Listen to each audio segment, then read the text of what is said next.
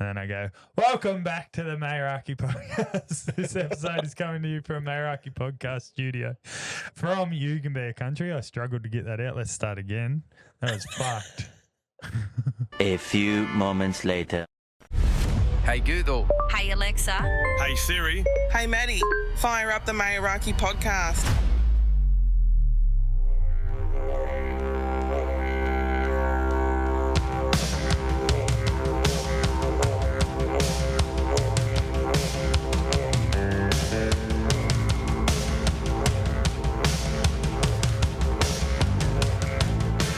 Welcome back to the Meraki podcast. This episode is coming to you from Meraki podcast studio from Yugambeh country. I'm Matt Cavasso and I'm a proud new knuckle man.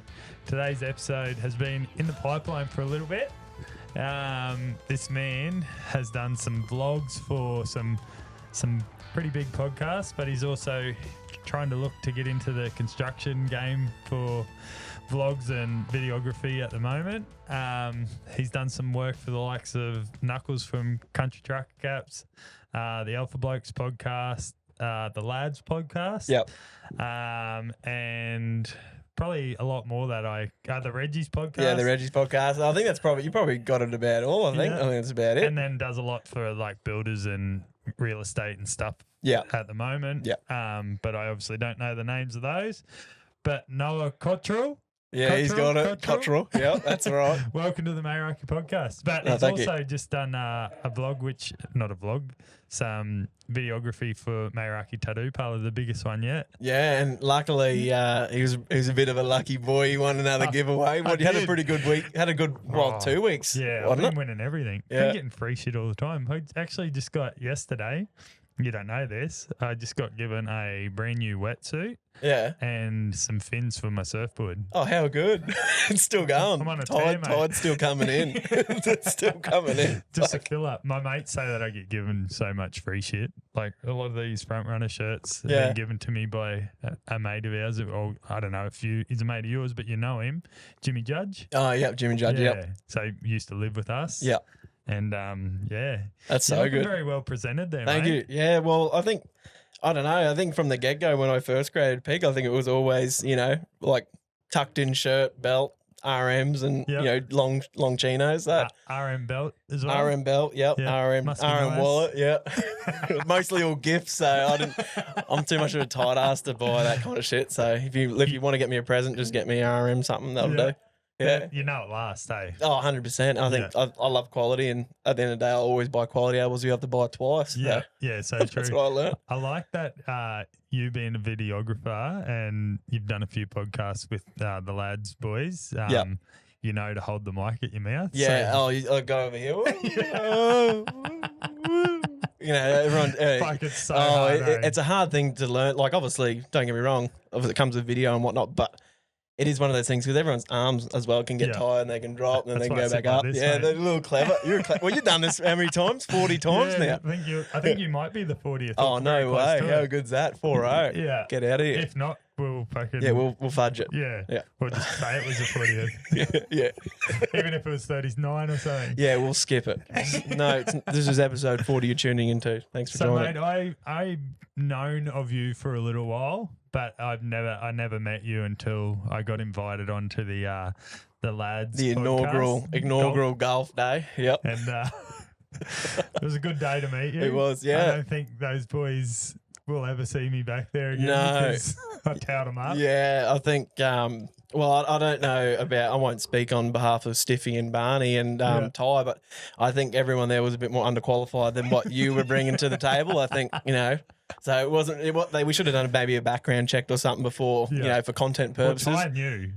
So he was just a slider. That's why he was quiet the whole So time. Ty knew that I'd caddied for my mate that's a golf pro. Yeah. And like I don't have a handicap. Yeah. But Yeah, that's but if I did, it would probably be like 10, 11 or something like that. So we would have okay. won. They would have won, is what you're saying. yeah, Yeah.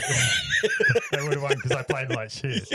But I still played well enough to beat them. Yeah. We were beating them by 8 shots on that last hole, and they said the winner of the last hole wins. Yeah, the last hole wins, but I think they ended up losing in that last hole anyway by a shot. 3 or 4. No, I think it was more in the end because they kept whiffing. They just kept missing it. That was a good day though. It was a great day. But You yeah, did very well. Yeah, that was obviously when we first met, and that was obviously the lads' first vlog. But yeah, that's pretty cool. Yeah, you did some mastery work there. I don't even know if that's the right word I'm looking for. Some great work. Let's just say that. Yeah, no, thank you. Yeah, well, I think at the end of the day, there's content everywhere, but you just have to look harder. Like you have to look harder and look deeper. And obviously, it comes into post. But when you're out there filming, you've got to think of every single shot and have a plan in your head of that storyboard mentally. Yeah. Going, what have I actually got? What do I need? And how else can I create the story? And I think obviously, if we just went and played golf like hardcore, it'd probably be a little bit boring. And, with one bloke shooting, it's a lot harder to cover every ground. Definitely. But at the end of the day, introducing it as that, drunk caddy game or whatever it is. Yeah, it made it good. That made it good and made it have that competitive edge. Because at the end of the day, lads podcast, they're not anything like a pro athlete. Like, you know what I mean? They're just one's a bike mechanic and one, is a crane rigger and all that. So, pretty cool. Yeah, it's a cool thing, and that's what I mean. Like that was a great vlog, and plenty of content got out of it. So a lot of people are doing golf vlogs as well. So for the way they did it was to go against like a lot of people are doing the just normal golf. Yeah, it was smart of them to do it that way. Yeah, I think so, 100%. Yeah. Mate, I start every podcast with a mental health check. Yeah. How's your mental health, and have you ever struggled with it? Yeah, personally, right now, I'm probably the best I've ever been mentally, which is great. Yep. Like, obviously, I've had ups and downs in my life, like with injuries and whatnot with sports and whatnot. So I was heavily into AFL. Okay. But sorry about that. No, that's all right. Fuck yeah. about the AFL. Where's all these AFL jerseys? Not many of them. There's none. So you get mistaken the basketball jersey for one. Nah, that's all right. I'll bring one next time. Gold Coast Suns one in here. So. Do you know anyone there that I can get on the potty? Yeah, I do actually. Do you? Yeah, I've known a lot of the younger fellas, the younger draftees. Played with a few of them, so they probably might jump on. Okay, let's do it. But yeah, so originally background was football and whatnot. Had a couple injuries, and gone from playing in like Suns academies and all that kind of stuff to then getting dropped from Suns academies and having, not being able to run or you have to kind of sleep upright. All that kind of shit was probably my lowest. And that was probably 8 when I was about 17 or something like that. Okay. So a bit younger. Yeah. But in terms of now, as a mental health check, I've never been better. Going to get married next year and have a business that's, still a startup, but it's running quite well enough to actually be my full-time job. That's pretty special. Yeah, doing someone I love and, marrying someone I love next year. And, it's pretty cool. But it's probably the best spot I've been in a while mentally. That's so, yeah. That's good. And it's okay. Good. It's okay to not be okay as well. Oh, 100%. And that's, I'm glad, like podcasts like this and podcasts all around Australia and the world. It's a common thing now to talk about mental health, and it's great to hear. Definitely. Do you how did you deal with those hard times of when you were struggling a little bit?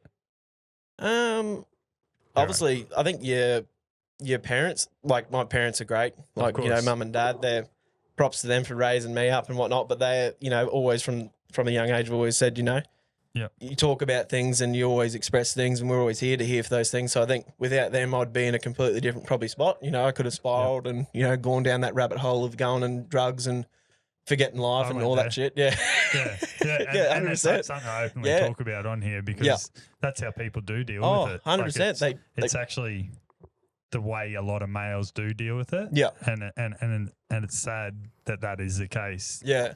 That we don't know how to deal with it and we're not taught how to deal with it. Yeah. I think, we could do so much more.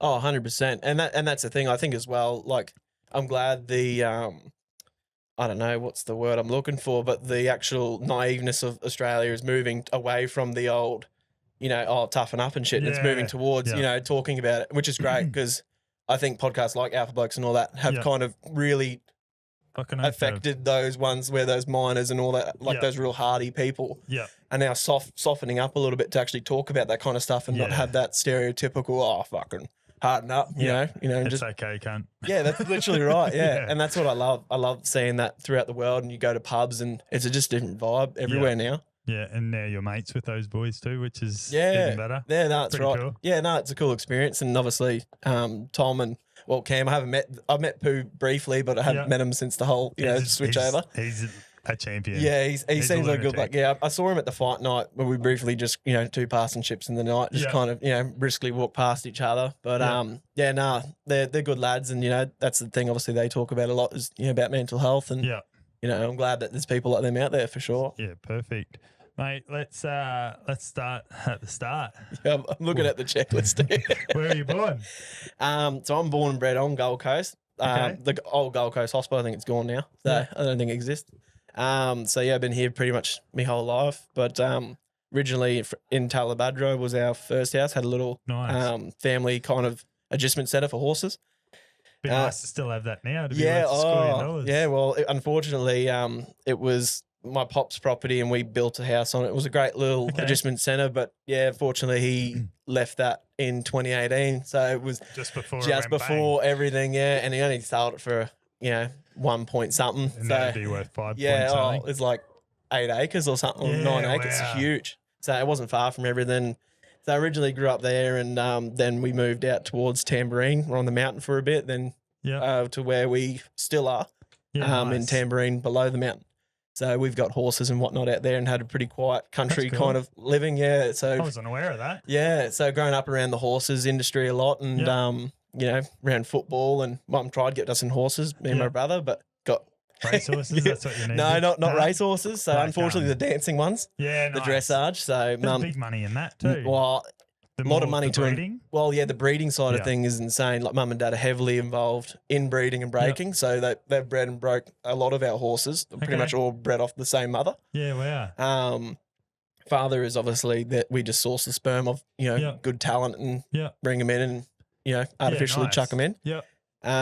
So that's kind of where I was born and bred was Gold Coast. A few loads. Yeah, played around with them a bit. Yeah, for sure. We're not all serious here, mate. Yeah, no, that's probably, Oh, I know. I figured that out on golf day. And then watching it back 3 times over. Yeah, plenty of jokes. That's pretty cool. And Mum and Dad are still in it. Yeah, so Dad's a builder by trade, and then Mum's obviously works for the family business as well. But so Mum's kind of passion is also in the teaching, so she teaches a lot now. Wow, that's cool. So Mum's gone to, I think, Grand Prix was her level, which is a very high level in dressage. So Mum was, pretty committed from 18 till now, still just giving it a red hot crack. Now. Yeah, 22. Keep listening, Mum. Hit Maddie up. Yeah. So but no, so she loves it, and it is a great sport. It can be very hard. Like her main horse in that 2023 tornado actually got crushed by a tree. Oh fuck! Yeah, it survived. Oh wow! Yeah, so it was under a shelter. Yeah, but just now it's at that point where it's never going to be at the level it was. Yeah, wow. So that's why Mum's gone down more the rabbit hole of teaching now. So she's teaching a lot more and whatnot, because obviously to breed a horse and train a horse to that nearly Grand Prix level is insane. Like a lot of people will import them from Europe or Germany. Yeah, so. None in the Olympics? No, none in the Olympics. But Mum's goal was never really Olympics. It was always to just grow into a higher level. And she loves horses just for riding them and whatnot. But so obviously you said Grand Prix is the pinnacle. It's close. Yeah, very close, I think. So how far is the Olympic standard above that? Well, I think... Is it more the rider and the horse? I believe so. I take it with a grain of salt. If you wanted to get a dress up, look into it more. We're going to fucking hold you to this. So fact check it for sure. But I'm pretty certain there's probably maybe 2 levels above Grand Prix. Not that far, really. So it's not that far. But in terms of obviously making the Olympics like any age, so there's no real age limit for a horse rider. No. And horse you can be an old girl and still be riding in the Olympics for sure. But yeah, in terms of it actually being like that far off, I don't know really the logistics of actually getting into the Olympics. Yeah. But yeah, she wasn't far off, and she was becoming a bit more of a name for herself as well around, the horsey world, and coming on for a podcast. Yeah, no, it's an interesting. Would she do it? Yeah, maybe she probably would. She's never done a podcast before, but she'd be able to. Tell it was shit, and she shouldn't do it. Yeah. But yeah, He's a fuckwit, Matty. Don't do it. yeah. No, I think she probably would. She'd I think be probably it'd be keen. cool for her to tell a story too. Yeah, she's had a very interesting life, like Yeah. a lot of hardship and a lot of ups and downs to get to the Okay. point where she is now in terms of horses Plus, and having you. yeah, me at the end of the line too. Like, I had an older sister, then Production brother, and line. then she thought I'd have one more, and then put me out, which is probably a bad call. Yeah, should have kept me in, but anyway. But that's cool. Yeah. She should be very proud of that. Yeah, no, I'm proud of her as well. Like, Yeah. it's a great accomplishment for sure. That's cool as. How were you at school, mate? Little shit. Actually, well, You're gonna pump his own tires. yeah, I'll up pump here. my own tires up a little bit. I was, I went You to school seem very for. switched on. Like you're very smart. I feel. Yeah, I'd say so. I'm Yeah. very not book smart in terms of like sitting down and reading a book and I'll memorize it. But Yeah. in terms of reading people and being a personality and also understanding more life skills and how to, do stuff that Yeah. actually, in my eyes, actually makes sense and I will use that. Yeah. I'll remember for sure. But going back to school, was heavily involved obviously in sport and mostly having a good time. Like I Yeah. personally wanted to go to school with a good attitude and make good connections with people because yeah, obviously makes sense. from a young age I always realized connections are like really what gets you places. A lot of kids don't No. realize that. And that's pretty much what I took going through school. So, did a lot of sports and loved me athletics and whatnot. So took that pretty heavily and Yeah, nice. pretty much I did college captain and all that as well. So Okay.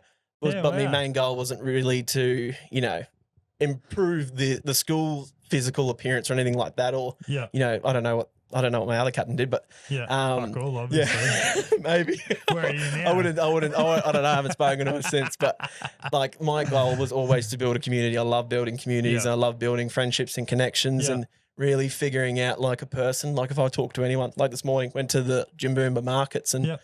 I love just talking to people and figuring out why they I'm the same. wanted to do the markets. Like, because markets are dying. Like, Yeah. why do you want to do it? What is Yeah. it worth it to you? Do you love what you sell? Like, and Yeah. just talking to people and making that connection, just leaving them going, yeah, my name's Noah. Nice to meet you. And, Yeah.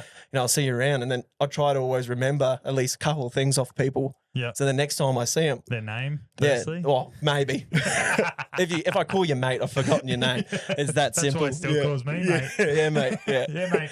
Well, yours is easy to remember because mate and Matt pretty much are the same fucking word. But yeah, things like that. I really thrive on is making those connections and building on them for sure. that's But I'd cool. say I just pretty much did that all through growing up and had it pretty simple. I think. What position did you play at footy? I was centre half back, so I couldn't kick goals. No, but I loved smashing Stopping 'em, blokes. yeah. Love Still does smashing. now. Yeah, Just a different way. Yeah, different way. If you want to look at my link, it's in my bio. Check it out, peakproductions.co. Yeah, no, I love smashing blokes. Yeah. Like in football, just I was Just the same pinning with them. league. Oh, but I was just- a fullback, so I didn't really. true. So you were more of an AFL player anyway, right? I guess, yeah, in just a catching way, balls. catching balls. Just different right now as Different well. way, yeah. We're still doing the same That's thing. right. It's all about learning and growing and changing paths. We wouldn't have got to where we are if we didn't do it. No, that's right. You've got it. You've got it.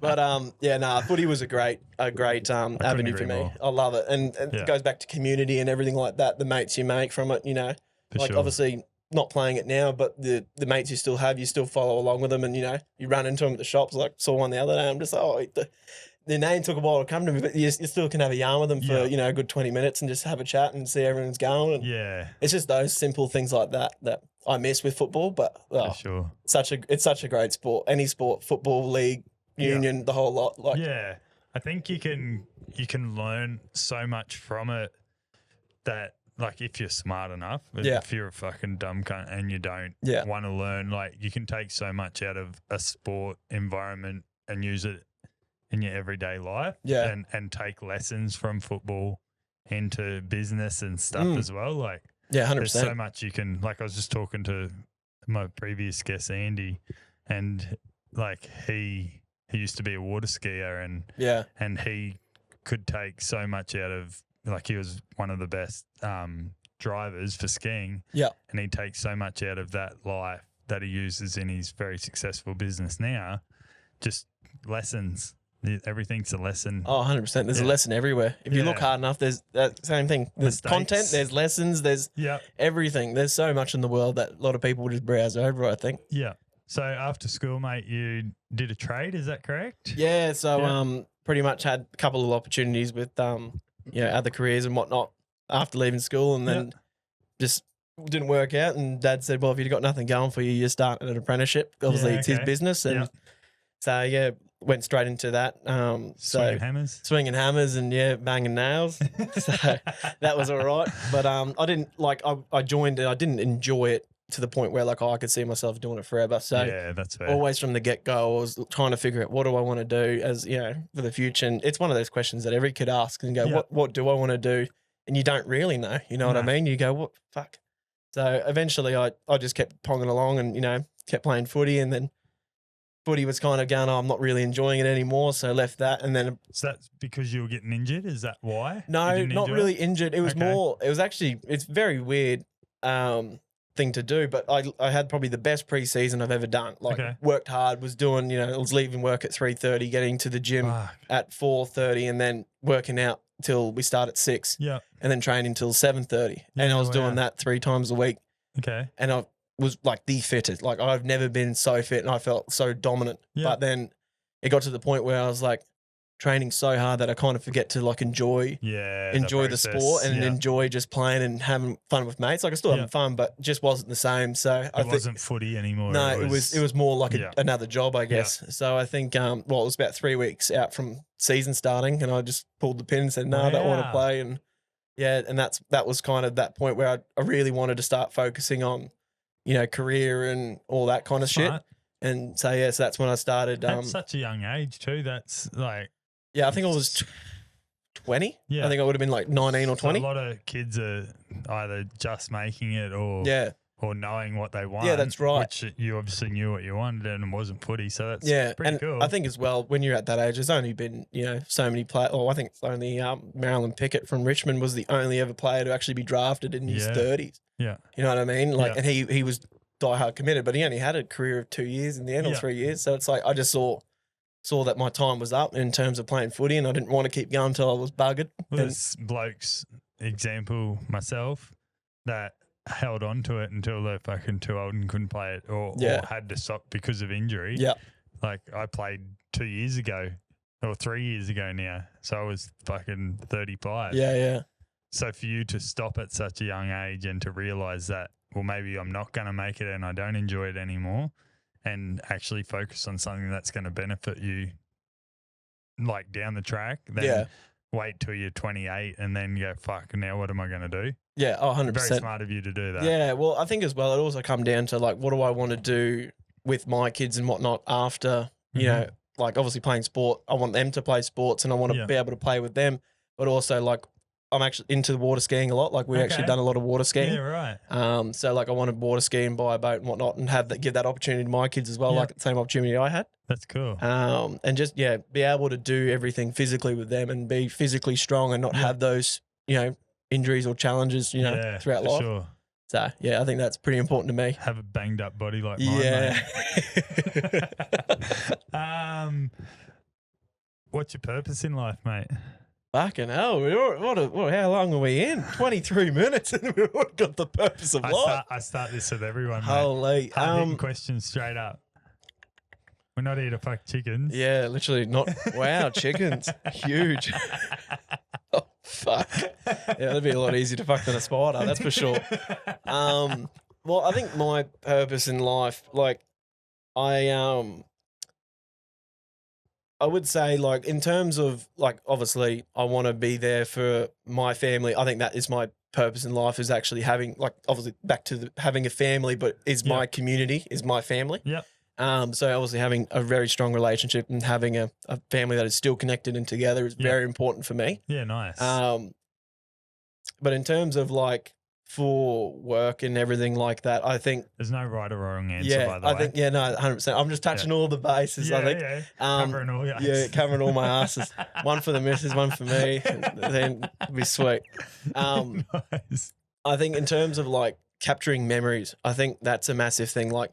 I love filming stuff, but also I want to make sure that it's documented correctly to the point where, say, for example, if it's a wedding or something like that, that you're actually capturing sound. It's not just a pretty video with music and shit over it. You're actually capturing everything. people that may not be here in 10 years time, those kinds of people that are still around capturing their stuff. Yeah. So like I've done a couple of memoirs on like my grandparents for my own self and whatnot. So like eventually when they're gone, I've got something to show nice. my children when they're probably like, if they're not young enough, if they're too young to remember them, when they get older, they can actually figure out who they were as a person in like 20 minutes. Yeah, that's cool. So I think like that personally is capturing that for other people as well in anything they want, like, any video, even if it's like construction, like it's not more so obviously the emotional side, but it's the journey of them as a builder. Growing. Like you can, if they started now and then next thing you know, they're like a grayer. Yeah. It'd be pretty cool to see that whole transformation because a lot of people won't film that. No, they won't film like when they're grayer. Like grayer films all the time, but those people when they started fresh, it'd be pretty cool for them to look back on their projects, on how young they were and who they were as a person back then to who they are now, what they're working on. I think it's pretty cool seeing like that kind of shit over time. Yeah. You're, I think obviously firstly, and this is, like I said, there's no right or wrong answer. Yeah.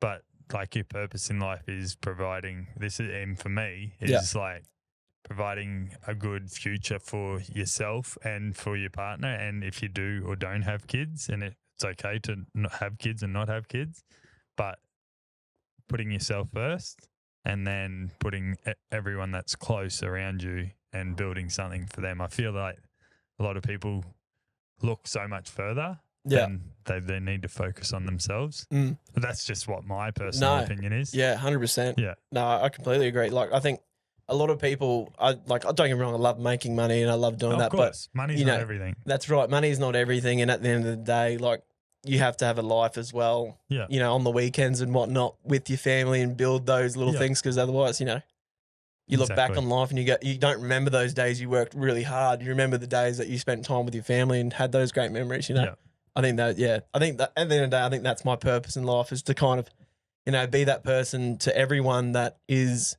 everyone knows he was a jolly old chap and just you could have a yarn to him and, he'd make you laugh or do something like that. I think that's kind of what I strive for. That's what I try and do too. I don't know if you've noticed that. I'm always trying to be the larrikin and try and bring everyone else up. Oh, 100%. Yeah. And that, I think that like, that's the thing as well. Like it's us kind of people that do suffer a bit with the mental health side of things because we don't show it, and that's how we hide it. We 100%. Like to bring everyone else up to make everyone else feel better, but then you forget about yourself in a way. So what I just said to you, I preach it, but I don't actually put it into practice. Yeah. So I will try and bring everyone up and make everyone else happy around me. Yeah. But very rarely do I put myself first. Yeah, 100%. So it's sad that I don't do that, but I just want everyone else to be happy. Yeah, I get you. I get you completely. And that's why I started with a mental health check, is because I lost 11 people to suicide last year. Yeah, fuck.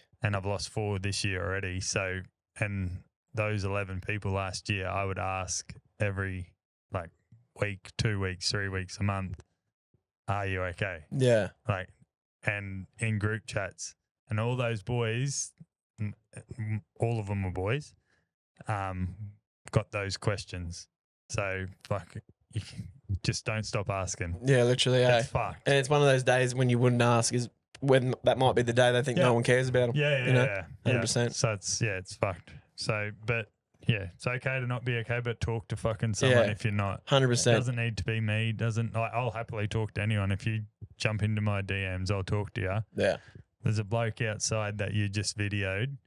That bloke was one of those people that was fucking struggling. Yeah. And he listened to my podcast through one of my guests, and I've pulled him out of a hole. Well, that's awesome, eh? And you weren't aware of that. No, weren't aware of that. But that bloke out there is the perfect, and he wears one of my podcast shirts. Yeah. How good, eh? Just from me doing this podcast. Yeah. I never met the bloke That's before. what I mean. You wouldn't have known. You would not have known if he didn't come in here for a tattoo a couple months ago. That. So it was he come in here because I had a guest on. Yeah. I can't even remember who it was. And then I pulled him out of a hole because of my mental health question at the very start. And then he inboxed me out of the blue. And then from there, he then come in and got a tattoo. And I'll eventually do a podcast with him. I haven't asked him yet, and he'll listen to this, and he'll know that. He'll be hitting your inbox up for a different reason this time. He'll be like, oh, cool. But I just want him to get through what he's going through. Yeah. And if it takes him a while, but I still want him to talk about it too. So maybe I do it sooner than I think now that I've said that out loud. Yeah, 100%. But yeah.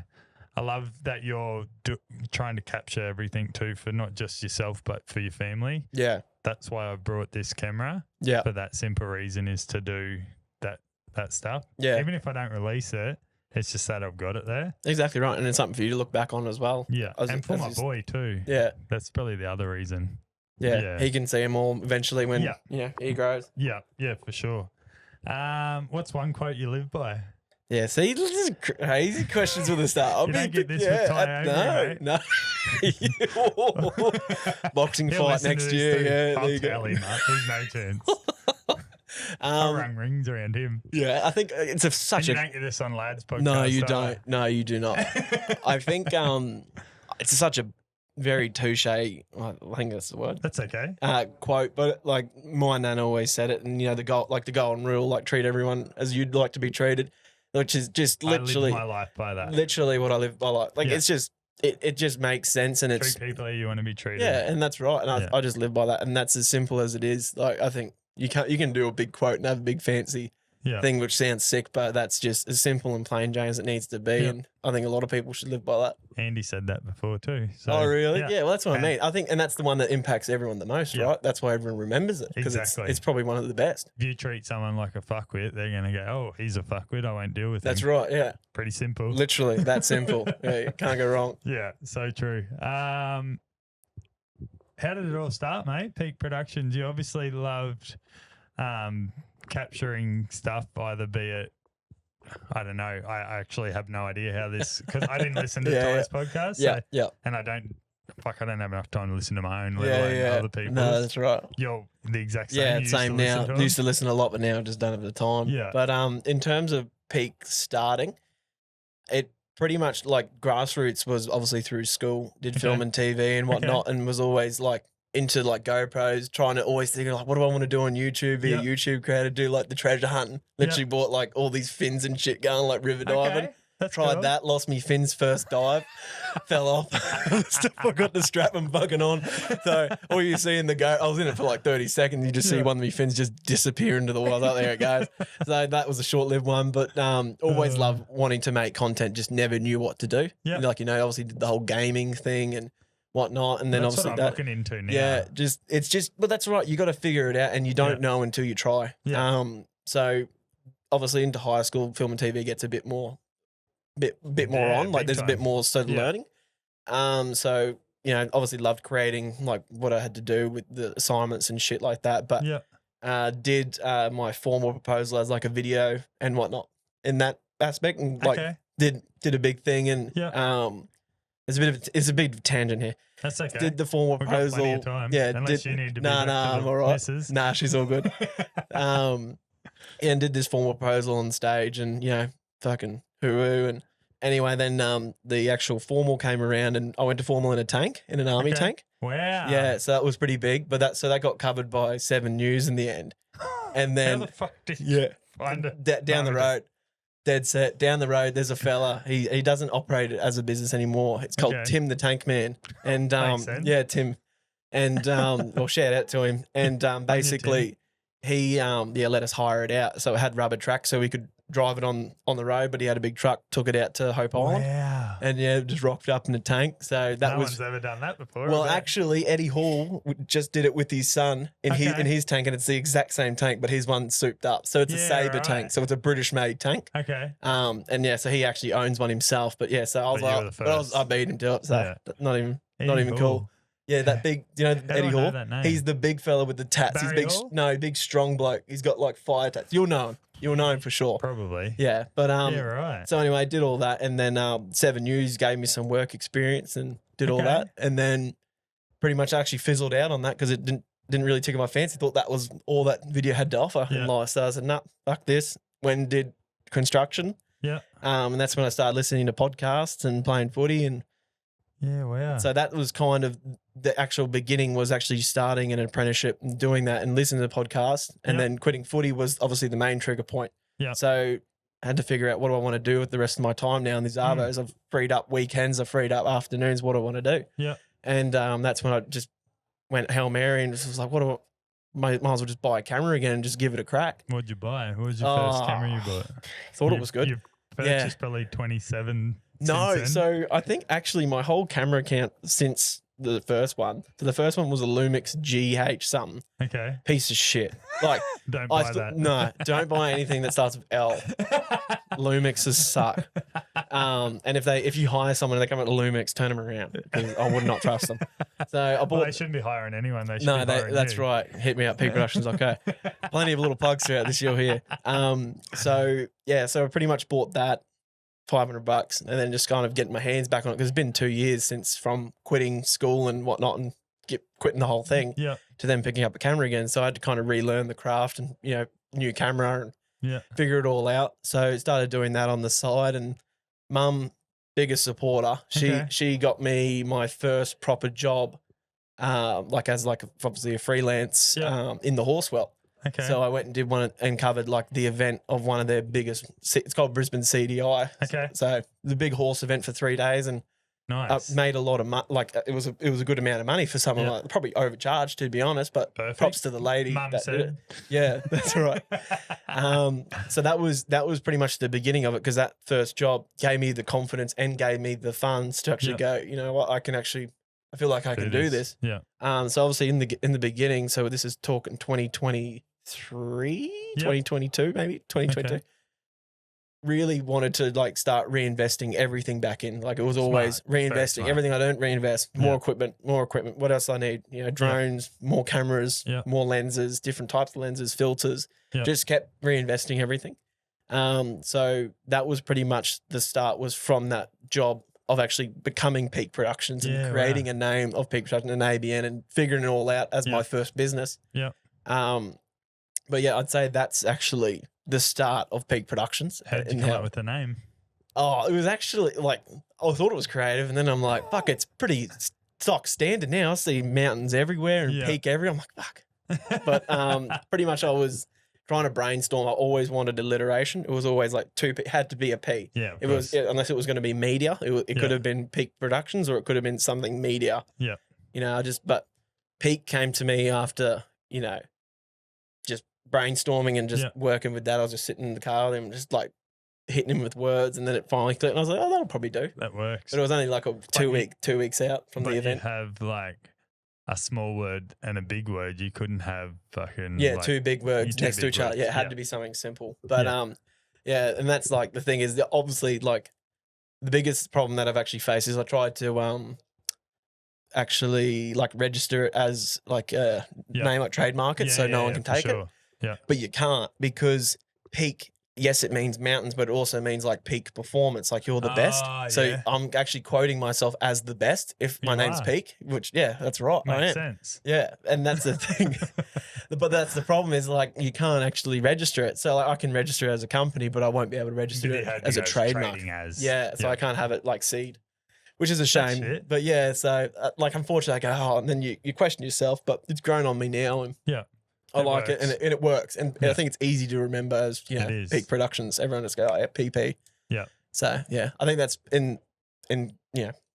that's probably in the start of Peak. And obviously it's led me to where you are today. To where I am today. Yeah, it's been great. How good.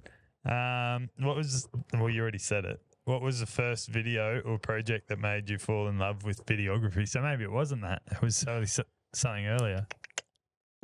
Well, to be honest, if we're going back to grassroots, it would probably have been it was a Japanese film, actually. Okay. So in grade 7, I had to do I was heavily into Japanese, loved speaking, doing all the competitions. Needed Japanese sleep. Yeah. It would be gangster, but no. But so I was into competitions and shit, and there was a short film competition, but it had to be in Japanese. So we did this little fucking script. It was pretty shit. Like, don't get me wrong. Now you look back. You're grade 7. It's okay. Like there was a clip of bloody Star Wars Death Star Ray blasting some fucking planet. Anyway, I don't know how, but we submitted that, and it was all in Japanese. Us talking, and it got in the top 10. I'm like, what the fuck? So we went to this little whole presentation. I was in this fucking suit, and. Cool. Grade 7. So we're the youngest people there. And we made it into the top. Yeah, I think we were 10th. but Yeah. like that was, I think, a little like, that little reward of actually making something and thinking that it was good back then Yeah. and actually getting, in top 10 and this massive thing and you get a big press. It just felt really cool. That's cool. And I think that grassroots was probably the actual Time video when that you fell made in me love. fell in love with video. And Yeah. it was just finding what I wanted to film because I wasn't going to fucking do it in Japanese No. because I quit Japanese that year. So I wasn't going that far. Can you still speak Japanese? The only thing I can Remember? say is obviously introducing myself, but I don't even know if I do that right because I've said it to a couple of Asians, but it's And they're like, what the fuck? yeah, like what the fuck are you on? But it's like Boku no Namae wa Noah des, and that's just like saying hello, my name is Noah. Yeah, nice. That's all I remember. And then I remember like Oishi, which is yummy, which Yeah. was in the video, so that's Okay. why I remember that one. Yeah, nice. Have you and still then- got that footage? I do have You it. should Like, post it on your oh, on Peak well, I probably Productions. could. That's not a bad shout. And go from this is where it all started to where I am today. Yeah. Oh, it's You should do that. It's 100. It's cool. I love looking back on shit like that, and that's like I've got this. It's literally, I know it because it's right here. It's one of the first photos is from that thing. That's the first photo on my camera, and that's from the Japanese Oh, film wow. festival. So that's me and my mate that we both Yeah. won, and That's so cool. if they can see that, but they probably won't. But yeah, I'll always pretty look back cool. because that's the first photo on my camera roll. So that was 2016. Send that to me, All right. and I'll get old mate to put it on the video. Fuck. So yeah, He's so like, no, I'm not sending it to you. no, I will. But like looking at that, right? Like really, it's been 10 years since I fell in love with it. So that Yeah. was 2016. That's so cool. it's nearly been 10 years of actually starting. It's crazy to say that 10 Yeah. years in something my age, but I think what you're doing at the moment with your socials is showing like if you want to be good at something, you need to do this. Like if you're going to do a video, you need a good microphone. yeah, correct. Like there's so many little things that so many people aren't doing. Mm. But I think just to strip it right back, you could put that video and show Yeah, like, how a far little- you can like come. it won't take you long. No, it would not take me long. You No. could just go bang. This is where when I fell in love with my job today. Mm. I didn't know that back then. Yeah. And then just do like a little voiceover. Yeah, 100%. Yeah, well, and then go that's bang too. That's one of the something that you've videos done that I today. will be doing in the pipeline is like actually talking about my journey on camera. I did Yeah. it like a little carousel not too long ago, but Yeah. talking about it for me, like especially like all that stuff at the moment, has been just a lot of trial and error of actually Yeah. figuring out what I want to do content wise. Yeah. But obviously talking in front of a camera, it's very daunting It to a lot, is. and you've got to learn to figure it out. But it's one thing that I want to learn and actually be confident in front of a camera and be able to dribble. Yeah. So I yeah. do it all the time. Yeah, that's what I mean. And don't get me wrong, I've been getting better. Like doing these podcasts really Yeah. does help. But even when it's, filming for yourself, you still stumble and like I still have a script and I still Of memorize course. lines. Like, yeah. It's I've good. got one, but no one can see it. That's right. But you need that. Like Yeah, if your of course. mind can go on a tangent and that's like mine does as well. It just goes. I'm the biggest overthinker Yeah, too, so it's just- just like, oh yeah, what's that over there? Yeah, that's right. And then you're talking about other things. Yeah, it's just Yeah. people like us definitely need like a checklist or like Yeah. a script or something like that to stay on the right path for sure. For sure. It's just like someone's making a coffee at the moment. Yeah, I yeah. can hear that. How good they're making us a coffee. See? What's the biggest lesson you have learned along the way being a business owner? I know it hasn't been for long. And let's actually break that into two parts. Oh, okay. So, business owner, but also videography. Okay. I think I fucking had it. I had Sorry, it now bro. I've lost it. Sorry. No. I think as a videographer, like what was it the biggest challenges? The biggest lessons. Biggest lessons. Yeah. Well, as a videographer, it's fairly simple. Like you don't want to obviously you want to back up everything. Like Yes. that is my biggest fear I have a is question about that losing later. footage. Yeah, okay. Is losing footage because fuck. Like that's especially like with the lads doing the think thing, right? Like I exported all the footage off, but I left it on the cards because the worst thing I want to do is like maybe lose a hard drive or something like that, and then I've just lost all footage. You can't reshoot think like No, that. you You can't redo that. Have It's, you got your own server? no, but I am looking into it, like So having my my- own Google Drive kind of server kind of No, thing. don't even do Google Drive. No, bro. like an actual physical. So my like have mate, hard drives. Ryan from Pod Productions, Yeah. he does all my audio Yeah. and he's starting to do video as well. He's Yeah, never done right. it before, but Yeah, he's true. teaching himself. Yeah. He has his own server. Yeah, that's prime. So, and he's got one at his house and then one at his mate. So if he loses his for He's some got a stupid backup. reason, he's got a backup. Yeah. And he's got a whatever terabyte or whatever it fucking is. Yeah. And then he just buys more storage, like for like another actual hard drive. Yeah. And does it all. So I just upload it from here, like off my phone, straight onto the server. Yeah. That's what you should do. Yeah, 100%. No, Yeah. I want to for sure. And that's like, I don't. As cheap as, bro. Yeah, that's what So I've been looking into it recently. I'll get my mate to talk to you. Yeah, copy. That'd He'll be great. help you, for Yeah. sure. I've got it back now. I just remembered it. Yeah. I think for running a business, I think a lot of people, right, they fall into that trap of safety, right? Mhm. You always want to be safe because starting a business, you like, don't get me wrong, it's been hard. Like some months, you're not making Nah, I know. as much Fuck, when I you're know starting. exactly how you feel. Exactly right. So, but it's those. Don't get me wrong. I've had tons of opportunities where people have approached me and gone, "Hey, would you like to start running have your own mini crew inside like a real estate company?" A lot of them are moving in house, Yeah, okay. and I've had a couple of people approach me in terms of actually starting and running their show inside of their own business. Okay.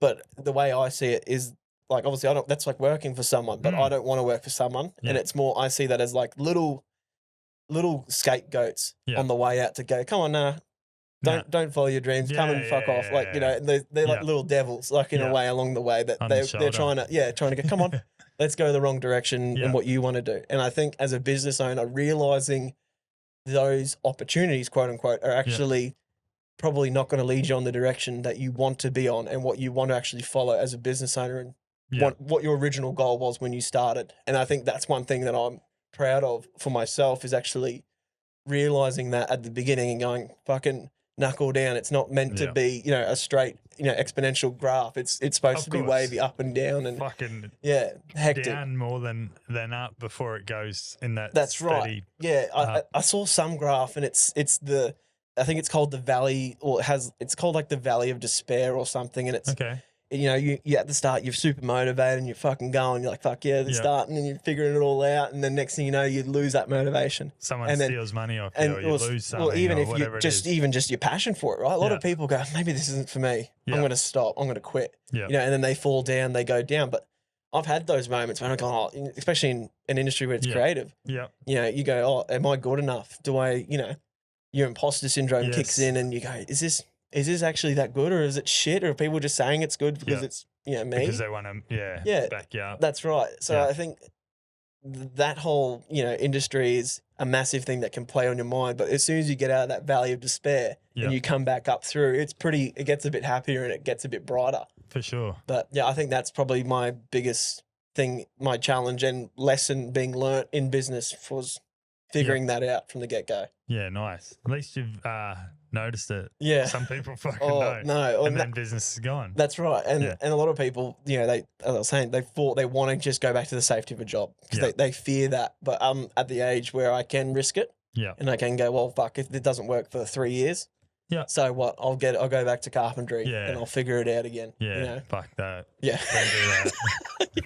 Sawdust and shit on you. It's just shit. No thanks. Yeah, 100%. Get fucking cuts on your fingers. Yeah, and plenty of scars now from doing it for sure. now what's the worst that can happen? You fucking drop your camera. Oh, yeah, that's me camera fucked. You fucked. Playing with thousands of dollars of equipment every day shitloads. and just not even thinking twice and treating it like shit. I think that's the biggest thing that can happen now. Yeah, true. So fucking, I lost the word I was going to use then, so I won't use anything. Was there a make or break moment early on with this stuff when you thought, yep, this is it? I would say, to be I honest, reckon I know the answer to this. really, I don't think you do. Okay. I honestly think like the yes, that is it moment hasn't actually come yet. Nice. I still think it's not here yet. I haven't had the tide come in. What do you reckon it is? I think it's when I get those. It's more the consistent work, right? I've had, obviously, the Alpha Blokes have given me great opportunities and great jobs and exposure, but they're the one-off jobs, right? Correct. Like they're the jobs that I might pay get the 1 bills month for 2 days, or correct, as a number. You get money come in for 2 weeks, and then there's 2 months of nothing. Correct. you know, with their work. But that's the thing is, And it's then you're more. sitting there, when's the next That's thing? when's What's the next job, and that's Yeah. the unreliable part about it. But obviously, there's a thing called retainer clients, Yep. and it's finding those Those. retainer clients For is sure. when I will go, yeah, this is it, because I know for a fact that if I lock them in for 3 months, I'll know, wow, okay, I'm going to be earning ... for 3 Yep. months, Yep. you know, and I can go, okay, this is good, and then I can keep scaling from there as a business. It's the hardest part, isn't it? Yeah. With videography and Yeah. and just photography itself. Oh, 100%. Yeah. It's the scaling part that a lot of people get stuck as being the editor, being the videographer, being the business owner, being, you know, Yeah. the social media manager. They're everything. And that's why you see those memes at the moment where people are just spinning on the chairs, like introducing themselves as different roles. But yeah. I see as a business that if I want to grow, I need to have retainer clients and understand what I'm going to be earning each month. And to grow, I want to have an editor. I want to have someone eventually be a videographer, because at the end of the day, if I'm running a business, I don't want to be there for I don't want to be 20% there. I want someone to be Yeah. 100% there and Yeah. make that their main focus. Yeah. But obviously at the same time, I still want to be the brand. You know what I mean? I want to Of be course. the Peak Productions and show people Yeah. that we are professional and that we have a professional approach. And that's kind of why I dress professionally, Of course, you because have to. it's, you know, don't get me wrong, you can wear chill clothes like a lot of them do. A lot of them just rock up in a baggy shirt Yeah, and they do. shorts. But I think as well, if you have that level of professionalism, it's a level of trust as well. Yeah. You're showing it. You're not just like an amateur. You don't look like an amateur. Yeah. I think Couldn't agree that's more. I think that's a thing for me. But in terms of the make or break moment, I don't think it's here yet. How do you get to that residual clientele? It's my own fault, really. Like obviously networking is a massive thing, and I've joined a couple of business groups now where only just recently to start networking and whatnot and get out amongst, you know, other people. Yeah.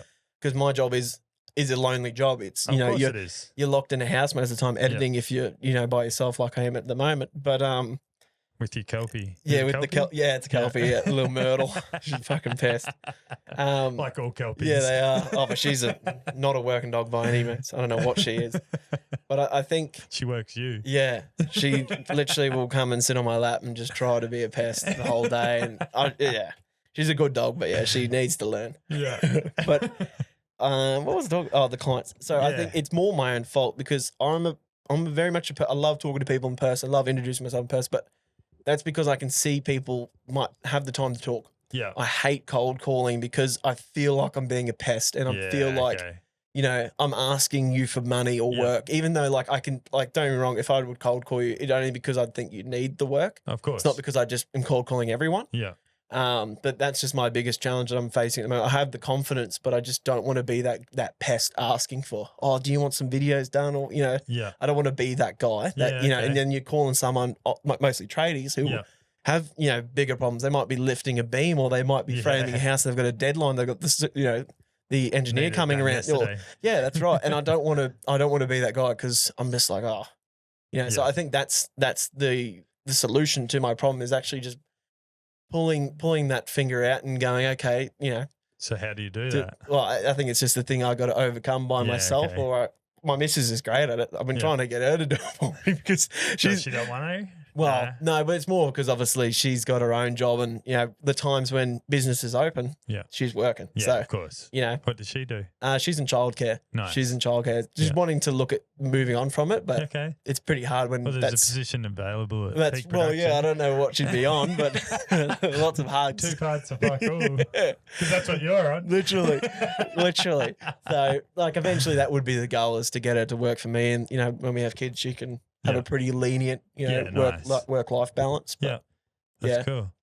That's cool that you understand that what you can do better and what you need to do better. Yeah.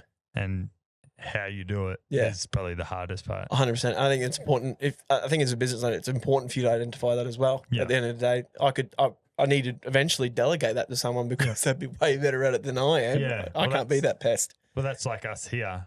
We had Amy, and then we got 1 extra person, and then we got 2 extra people, then we got 3 extra people. Yeah. And then the fucking headaches started, and No, then that's people were lazy, and people start stealing off you, and fucking, it's like, righto, fuck off. Like, literally, that's what happened. Like, don't be a shit cunt and don't turn up.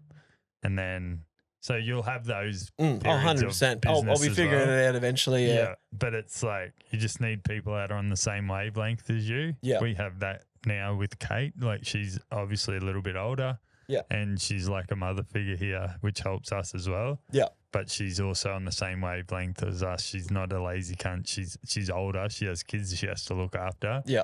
So it's just like you need to understand that business is business at the end of the day. Yeah, 100%. And you can make friends in business, but at the end of the day, you need to look after. That's right. And at the end of the day, everyone's in it for money. And Correct. if you're not making someone money, they're not going to keep using you. You know, it's that simple. Exactly right.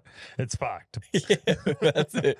I guess we're a little bit different here because we have a tattoo parlor, and it's if you do good art, they'll continue to come here. Yeah, exactly right. But if you do a shit job, every cunt's gonna know about it. Yeah, that's it. Yeah, make or break. Same as your business too. 100%. You do a shit job, they won't use you again. No, exactly right. Yeah. And if you treat them like shit as well. Yeah, exactly. So that's why we have the lollies, we have the soft drink, we have the big screen TV. Yeah. We have things that set us apart. Yeah, from everyone else. And that's what I said actually to Amy when I came in. Like my vibe, like I'm a person, I don't have any tattoos or anything. And we'll change that. No. No, I said to Amy the only tattoo I'd get would be in a lip, and it'd be like peak. Just along the lip, do that. Hurt. Yeah, but I'll do it. Would you? I'll do it eventually. I reckon for a bit of a meme. We'll get Kate to do it before you leave. Oh no, the missus would not love that at all. I know. We'll talk about it later. Off air, but fuck. Dug myself a hole.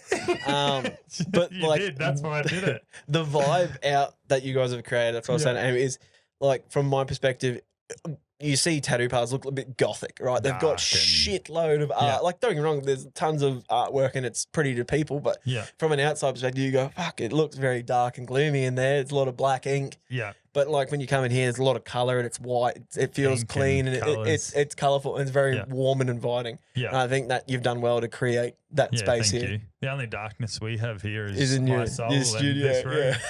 The studio is the only darkness. Well, we get so many people comment with that. It's good that it doesn't go unnoticed. Like it actually, people are seeing what we're trying to produce here. Yeah. Which is good. Yeah. How do you make your business stand out from others? Obviously, you said the way you dress. Yeah. The way you deal with people. Yeah. Yeah. Are they the two main? Yeah, I'd say obviously they are one of the pivotal points of actually, you know, being that difference is, you know, the way I dress and the way I approach people. Yeah. Obviously, a lot of videographers are introverted. Yes, so definitely. Being like tattooists. Yeah, that's right. Everyone's introverted. So I think being an extrovert helps because it brings people out of their shell, especially a lot of people become introverts when they're in front of a camera. Yeah. So I think being that is important for me is making people feel comfortable in front of a camera and making it more fun rather than scary or serious. Yeah. Because at the end of the day, if someone's very serious and very scared, you're going to see that on camera. But at the end of the day, that's not going to entertain anyone. Like, you know, if you're that scared. Yeah. Well, unless you're really scared, then it probably would go viral. But yeah, true. But yeah, in terms of that, like I think as well is I'm trying to now pivot that content because obviously at the start you're trying to fit in with everyone and you're going, oh, I don't want to make everyone happy. I want to you know, be the normal videographer. But now I'm kind of looking at it as more, I want to be the videographer that actually gets engagement and that is making entertaining content. Yeah. For these people. Obviously, yes, you have to showcase builds and, you know, showcase obviously like tattoo, like what we've done today. Yeah, but you also, for content down the line, you got to make it entertaining because otherwise, you know, people won't follow, people won't watch all the way through. They'll give up. Like as long as it's entertaining, valuable, it'll build trust with someone. And I think that's what I'm now leaning towards is trying to go down that line of, that avenue of actually driving the real engagement and having entertaining content. Yeah. So I think, I think that's my selling point now is not being just pretty videos. It's actually engaging videos and entertaining videos. I think that's kind of what I want Peak to be known for. It's smart. You need to be different. To 100%. Yeah, that's right. Yeah.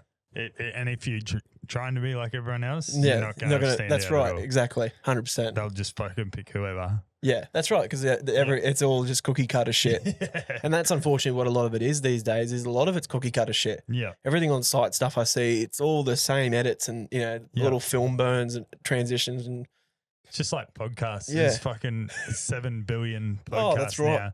But so many of them are doing the call-in lines and that's right. getting funny shit. Yeah, I'm like, why the fuck would I go down that line? yeah. When there's and be already like that many doing everyone it. else, why Yeah. not give people an opportunity to talk about their life? And, That's right.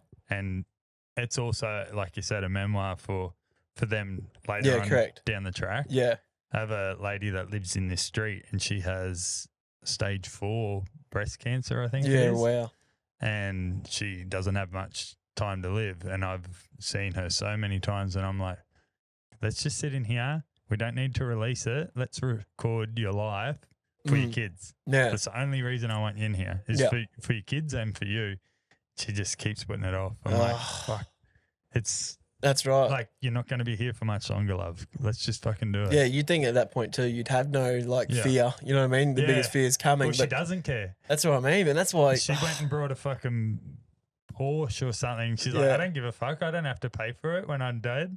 And I was like, Oh, fuck. wow. Like she's in that mind Yeah, frame. yeah, yeah. She's like, well, why don't you just sit in here and do Yeah, it? do it then. Yeah. Yeah. So just commit to fucking something and do it with all your love and might and be different to everyone else. Yeah, 100%. That's how I look at it. But we just talked about pivotal moments, so this probably has already answered it. Can you share a pivotal moment when you knew you were on the right track in life? I don't know. That's fucking hell, man. Mate, I'm not like any I know. other podcast. Yeah. I probably am, but We haven't found those ones yet. yeah. They're still and we hard. don't listen to them, so Yeah. I would say, I think obviously leaving school was probably a big pivotal thing because you go from being like a college captain and being everyone's mate. And, I had all these mini connections when I, walk down the school path. I know pretty much anyone from any grade and pick something out and talk to them. Yeah. And I think the pivotal moment in my life in terms, and I wouldn't say it was, well, it was a pivotal moment of adapting. I don't know if it was actually to put me on like correct path as such, but was adapting from having a massive community of people all around. Fuck, you do well drinking that one handed. Hallelujah. Not my first rodeo, mate. Yeah, wow. But that's huge. girls get the girls, mate. Yeah, fuck yeah. Boys tries get the guys. Fuck, you're full of quotes. That's a big one too. Yeah, isn't that's it? a massive. That's fucking, what she said. Yeah, big chode. But I think. Sorry, mate. No, to you're put you right. off the Yeah, track there. I'm trying to think of where I was at.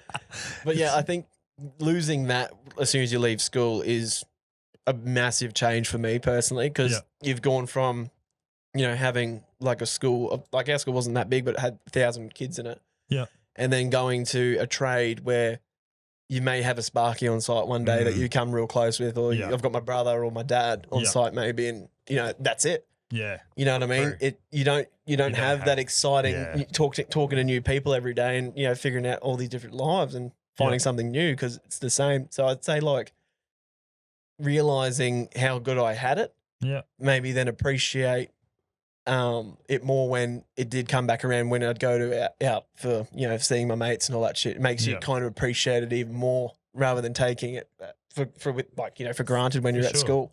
I think, but yeah, I'd say like that. I don't know. That's probably not the right answer, but yeah. Yeah. No, there's no right or Yeah, wrong that's answer right. at all. Yeah. It's whatever you feel and believe, mate. Yeah.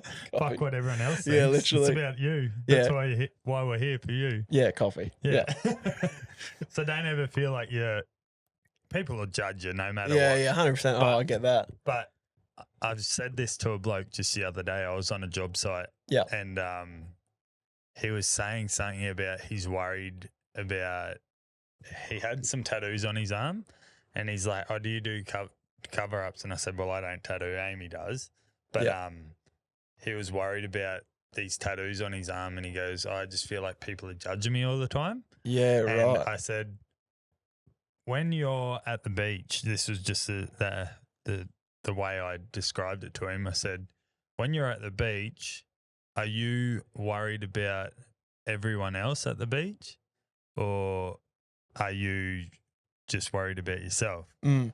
I said, because when everyone else is on the beach, they're always worried about themselves. They don't give a fuck what anyone else is thinking. They're thinking, oh, do I look all right on the beach? Or I said, people aren't walking past you and looking at that tattoo on your arm and thinking, fuck, that's a shit tattoo. That looks rubbish. Like, we need to cover that up.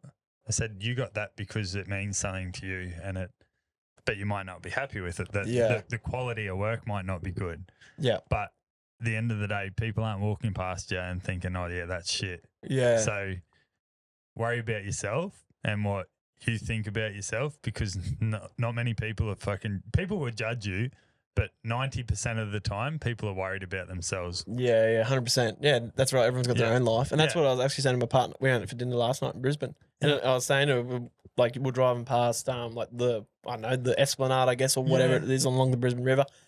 And, like, I was just saying, like, looking at all these people, some are running, some are walking, some are old, some are grey, some are young, it's just, and I was saying, it's crazy to think that, like, every single one of those people we're looking at have, like, their own problems they're thinking about right now. Like, they're all thinking about something different. So true, man. You know what I mean? It's an interesting thought to have. We're all in, and this will sound bad, but we're all in our own stimulation. Yeah, that's right. We're all in this, and this is a funny way to put it, but we're all in our own computer game. Yeah, literally. I've thought that, like, there's just some fella up there playing, just playing us right now, playing the game of life. That's literally what it is. Yeah. And, like, this is probably as deep as it, and this isn't on there. Yeah. But, like, what is life about? Yeah. Like, that's a very, very deep question. I don't expect you to answer it. Oh, fuck. But it's like, why is life what it is? Yeah, like, I've thought of that too. Yeah. I've gone into those little deep holes of at night, especially at night when you're just sitting there, the head noise. But 3 like, a.m. in the morning. Yeah, and fuck, like, as a kid, I feared death a lot. Yeah. Like, fuck, it made me sick. Like, to myself, especially because of the fact that it may be nothing. And like, you think of nothing, like, you think of what it was like before you were born. That's what it's going to be like if we're gone, like, in my eyes. So true. And I go, fuck, like, that scares the shit out of me. But that fear also makes me a better person to be better. Because I don't know what's going to happen. Who knows? It'd be great if there's another fucking thing after death, but we don't know. There is no proof. We'll never know. That's right. So I think just making sure that I leave an impact down here. Yeah. And here's another quote for you in terms of, like, what I really remember all the time is that Macklemore lyric of, like, you die twice, once when they bury you in the grave, and then the second time is the last time when somebody mentions your name. Yeah. And that's another thing that I always think of, like, because I'm like, that is so true. Like, it's yes, you die once, but it's when everyone forgets about you completely is when you're gone. Like, that's you done. Yeah. Because that's the thing. You think of all those people, like, even like on the Fraser Island, there's like a lighthouse up there and there's a little gravestone of a family. Yeah. And I'm like, that family had like a whole connection of people. They're probably still like around, but they've been forgotten. Yeah. Like, you know what I mean? Like, they're long gone from the 1800s. And I'm like, that was 200 years ago, but it's like crazy. Hey, it's not long in the grand scheme of things. Yeah. How long it doesn't take to get me forgotten. It's fucking, it's gone. spooky, eh? It's very spooky. That's probably the deepest I've been in here for a long time. But it's so true. It is so People true. will be listening to that and they'll be like, oh, yeah. Yeah. I've thought about that too. Yeah, fuck yeah. And that's all I've done. Yeah. Fuck, where we go. Walk us through a creative process from the first meeting with a client to delivering the final cut. Obviously, there's a fair bit to it. Yeah, you can break it down if you want. But so the first things first is, like, obviously depending on what it is. If it's a wedding, so there's two types of, like, film with the vlogs, right? There is really not that much prep you can do. No, not at all. It's called run and gun. Yeah. So you go out, you just have to document everything and be on your toes. So basically, you're either recording a shitload more than you have to because you're trying to put together the story that hasn't actually unfolded yet. Yeah. Then it's obviously trying to create something later in the edit. Yeah. And so that's kind of in the aspect of vlogs. It's That's Sorry. a carton, by the way. Yeah, well, it should be bloody quiet. It's because it's vibrating so loud. So in terms of the vlog stuff, it's very easy. I don't drink, so you yeah, fucking, he'll get you a you're carton of laughing. fucking Coke. You can have a carton of Solo. Yeah, fill the fridge. Yeah. But I think in terms of the creative process is obviously, as I was saying before, with like when we did the golf vloggers, having a bit of a storyline in mind to try and what are we trying to create here for a storyline. Because obviously, like that was a whitewash, so we had to create something. Yeah. But in terms of like business style videos and stuff like that, I just recently done a video with like a contracting company. Okay. And he's still like in the starting up phase, but he's got some pretty big clients. Yeah. But at the same time, he's trying to appeal to obviously more people, and it's bigger clients. Yeah. So it's obviously, right. with a contracting company, one, you need trades, so you got to appeal to trades. Yeah. But you also got to appeal to the big dogs in of course, corporate. Yeah. So what we did was we set up like a 30-minute call. So he's actually one of my retainer clients. So he's on with me for 3 months. Nice. So we set up a call, figured out what he's kind of after and what package best suits him, because I have packages that are set for different people at different levels. Yeah.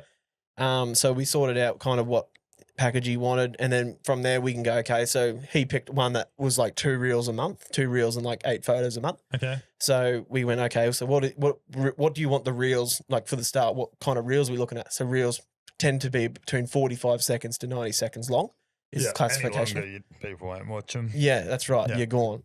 So his Even goal 15 seconds, people. Well, it's the 5-second hook. So that get people. 100%. Yeah. So we talk 30 minutes about what all the things about his business and goals and what his growth is and what's his engagement like now and how's he looking. Just get all those like at the start before we actually begin anything. Yeah. And then I'll go back with the ideas that he had of what he's kind of trying to do. So his goal was to appeal to the corporate and tradies. So I was like, okay, well, that works pretty well. So we can do 2 videos, one for corporate, one for tradies. Of course. So pretty much in the corporate video, we hired a model. Okay. So why didn't I get the call up? Yeah, sorry, brother. You don't have big enough tits on you. Sorry, brother. Nah, I was just kidding. No, so like we had a model come in. She's very good on microphone and presenting. Yeah. So for one, that makes it quicker to talk. So we don't have as many redoing takes and shit. She could literally just bang them off the cuff. Yeah. And obviously how to display them. So you got to think, okay, so when I'm storyboarding, I'm like, how do I want her to look for the tradies? Yeah. High vis is probably better for tradies, right? It's more relatable. Hard hat, way more relatable. But then in corporate, it's polo. Yeah. You know what I mean? So you'd rather her in a polo and the way she dresses, a bit more casual, but still half presentable. And then I think, so once you kind of got the appearance down of what you're trying to appeal to and your audience, it's more than obviously figuring out, okay, how do you capture that audience in that time frame? So obviously, usually in that space, it's a question, right? Yeah. So you're asking, just either trying to attack. So one of them was like, are you a tradie in Southeast Queensland? Right. Yeah. So you're niching it down. You're not just saying, are you a tradie? Yeah. Are you a tradie in Southeast Queensland? So you're narrowing it to the area. Correct. So having that makes it more niche, and the more niche it is, the more attraction it will have to those people. Correct. So with the tradie one, it's actually got a lot more cuts. It's very fast. Yeah. So because obviously tradies are probably doom scrolling if they come across it, because they're not, entrepreneurs or business owners themselves. They're just tradies. So they're doom scrolling. So you've got to kind of attack that and make it really engaging, really fun, a bit weird. Like AI makes it easy now these days with like I edited like a fly flying out of a wallet pretty quick. And just having weird shit like that wallet popped up for like a second. Yeah. And a fly came in maybe half a second after, which that whole little clip took half an hour to make. But that may actually create a rewatch because they'll go, what the fuck? And then on like Facebook ads, you can't rewatch unless you scroll back to the start. Yeah. So it's like doing little things like that may create a rewatch and actually boost the post more. Yeah, okay. But obviously you got to get information out in what we did. We did it in a minute. So he got all the information out of what he was after, like the call to action, the actual information of what he was, providing, and then the call to action at the end again to actually bring him back to the link and then loop it and then keep it going. So I go on tangent, so I'm No, sorry you're that got fine. all confusing. But having a video like that for tradies, and then a corporate one where it's more corporate-y style and it's very clear and crisp, and talks about like things like the Olympics and bigger things coming up. More attracts to business people, Yeah, right? yeah. So it just depends on the client. But in terms of that, different, hey. yeah, everyone's different. Yeah. But as an example, But you it's kind of still have the same process. It's the for same everyone. process, yeah. It's just But it- catering for those. correct, and it's more also the creative aspect. Is if you're not getting creative with it, it becomes harder to make it entertaining, right? It becomes more on the editing side of things where you're trying to create cool edits rather than informative or entertaining content, I guess. So Just like when a little black car parks in front of you. yeah, that's right. I'll be put myself to the challenge there. That'll be my last shot, I think, of the day. Hopefully that black car can fuck off. And then I can hopefully get in there. Yeah, that'd be a lot easier. What's your go-to gear setup right now and why? So I'm not a Sony man? I'm not a Lumix boy anymore. I'm a Sony man, thank God. Sony is the best. So I run a Sony A7S3 was the first camera I ran, and then I now have an FX3. So the Sony A7S3 and the FX3 are nearly the same camera. Okay. But the A7S3 is it's got a viewfinder, so it's kind of a bit more like you can take photos with it. Okay. It's got a bit more like in that aspect. Yeah. But the FX3 is primarily video. So you can do photos with it, but it is Which like, is what out here at the what's moment. outside at the moment. But that is, mainly video only. Like it'd be hard to take photos on. Yeah.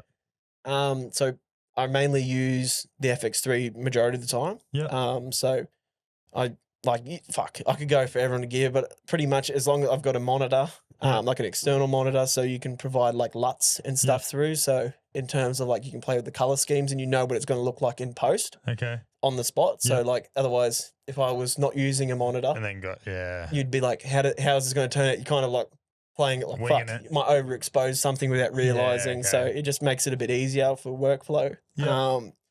SD cards, most underrated thing. Fuck, they're expensive. Like they are. when it comes to a more expensive camera and a bigger camera, cards go up. Like those, I've got two SD cards and they're both like $750 each. Fuck me. And they're like 160 gigs.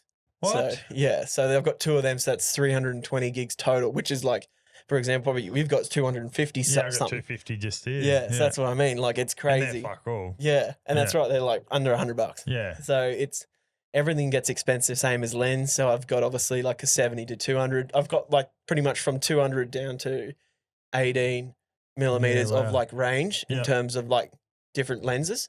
Because obviously then you're pretty much covering all bases. You can do everything. Yeah, like the only lens I can go up from now is literally like a 200 to like 800 Yeah. or something. Which is sport, which is more well, so?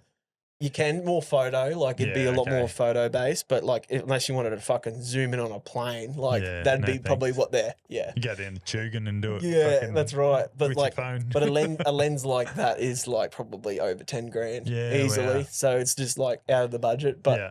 the setup I'm kind of running now is like probably a lot of people's dream setups to get to. It's a okay. pretty good setup to get. Yeah, nice. So like they run up like that setup on the table at the moment is probably around eight or wow. 9 grand. Yeah. So and then not including all the spare parts and Yeah. everything as well that I've got in the car. Tripods and everything Yeah, else. everything adds up. yeah. So that's why, as I was saying at the beginning, a lot of reinvesting goes Yeah. into Where you are today. getting to having the good gear. What's your dream setup? You've got people's dream setup already. Yeah, but I've got what's people. yours? Well, I think it'd be going to like an FX6 or something like that. So Okay. that shoots 6K. So Oh, not wow. 4K. So Yeah. it shoots like probably that's more like commercial. So you Yeah. can shoot like commercials and shit. yeah. Eventually that'd be something I could do because then I'd be confident to go on a set. Yeah. For commercial stuff, I think like you probably could get away with shooting 4K on a commercial, but Yeah. you probably would. Yeah. Okay. I think if you put a video side by side with 6K and 4K on a TV, you'd kind of pick it. Yeah. So yeah, I think eventually that would be the go, but I'm very happy with the setup I've got. It Yeah, might even nice. be another FX3, like have Okay. two FX3s, Yeah. just so they're literally the same camera, same settings. You can Yeah. kind of pair them up pretty Yeah, good. Nice.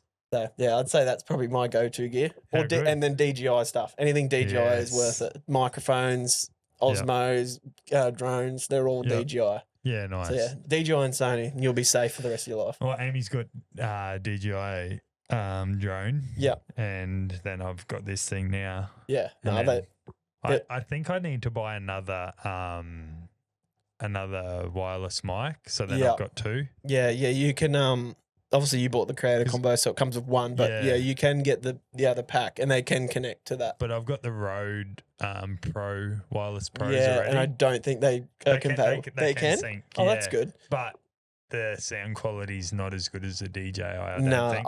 I've never. Well, actually, the shotgun mic I've got is a Rode, but that's like a $700 mic. Yeah. But the wireless ones are just they're Yeah. insane. They're just really. Yeah. I love them. I Yeah. can't complain. I love them. Yeah, I think I'll just buy another one of those, and then I'll Yeah, just yeah. have the Rhodes as a backup. Yeah, 100%. Yeah. Yeah. And that's the thing. Nothing wrong with backups. No, Always exactly. have backups. Well, I only need one more anyway, because then I'll have four. Yeah. I probably need more of these too, to be fair. But Yeah. you never have enough of anything. No, you don't. How do you stay inspired and push your creativity, especially when you're juggling multiple projects? So it's been a bit of an adaptation now, because obviously it's been a side hustle for so long, where obviously I'd come home from work and be really keen to get into some video editing and shit. Yep. But in terms of it now, like obviously filming's easy and that's really enjoyable, but yeah, the editing side is where you can procrastinate and really lose your mind a bit. Yeah.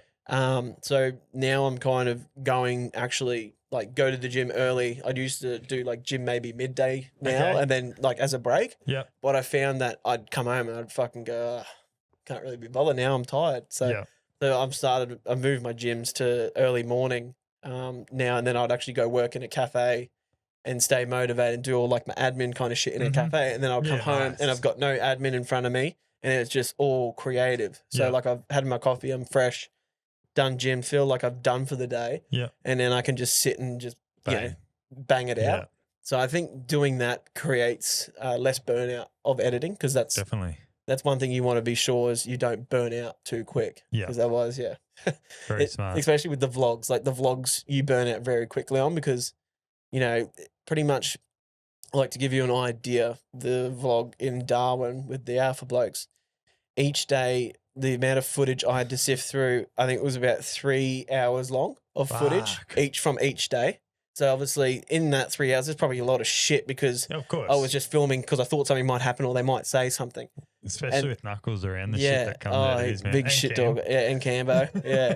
So that's the thing. It's just like thinking like that, going, okay, I've got to make sure I film. But so like there's 3 hours that I have to, I've got like, there's no other way to figure it out unless you transcript it. If you remember it at a moment, you can search through the words. But yeah, the only other way to do that. So then obviously you times that by 4. There's 12 hours. Yeah, so there's 12 hours of footage you've just got to sift through for a whole day and clean it up to actually find what you've got usable. And then you'd probably come out with 3 hours. Then you've got to kind of condense that down again to make it entertaining. So there's a lot. Well though. Yeah, thanks. Because it takes a lot of work, and it's very hard to keep that motivation through. I think obviously, like, you don't want to say it, but like money plays a massive part. Of course. Like, if you know that you're charging accordingly, or it's good. But for like the vlogs, I say I do and charge the edit, because it all depends on how much content you get. I don't know how much you're going to play. It might be less, it might be more, it might benefit you more, it might cost you more. But the only if I underquote and then I'm screwed myself, you're going to probably get a shittier product, because I'm kind of going to be rushing, because I'm going, okay.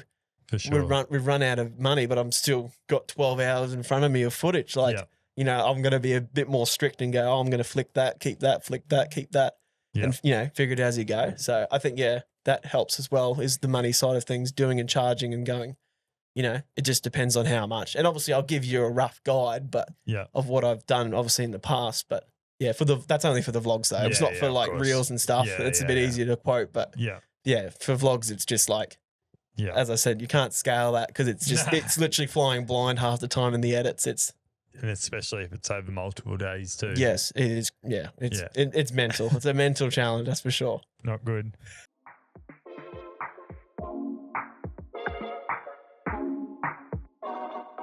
Listeners, this episode is brought to you by Dookies.co, a locally owned Gold Coast brand making seriously good board shorts for men. Worn by the beach and made for it. Dookies is also comfortable, stylish, and laid back feel that only comes from truly knowing the coast. Whether you're in the surf or at the pub or just cruising through the weekend, Dookies has you covered. Support local and upgrade your board shorts. Check out dookies.co or follow them on socials at dookies.co. That's DUKIES.co. Use the code Meraki10 at checkout for 10% off. That's MERAKI 10 for 10% off your next order. Go check them out, guys. Back to the podcast. Fuck, your eyes are good. I'm struggling to read that here. What makes a story visually powerful in your eyes? Oh, great question. Thanks. You already answered the next three. You already read them. Oh, really? No, I'm joking.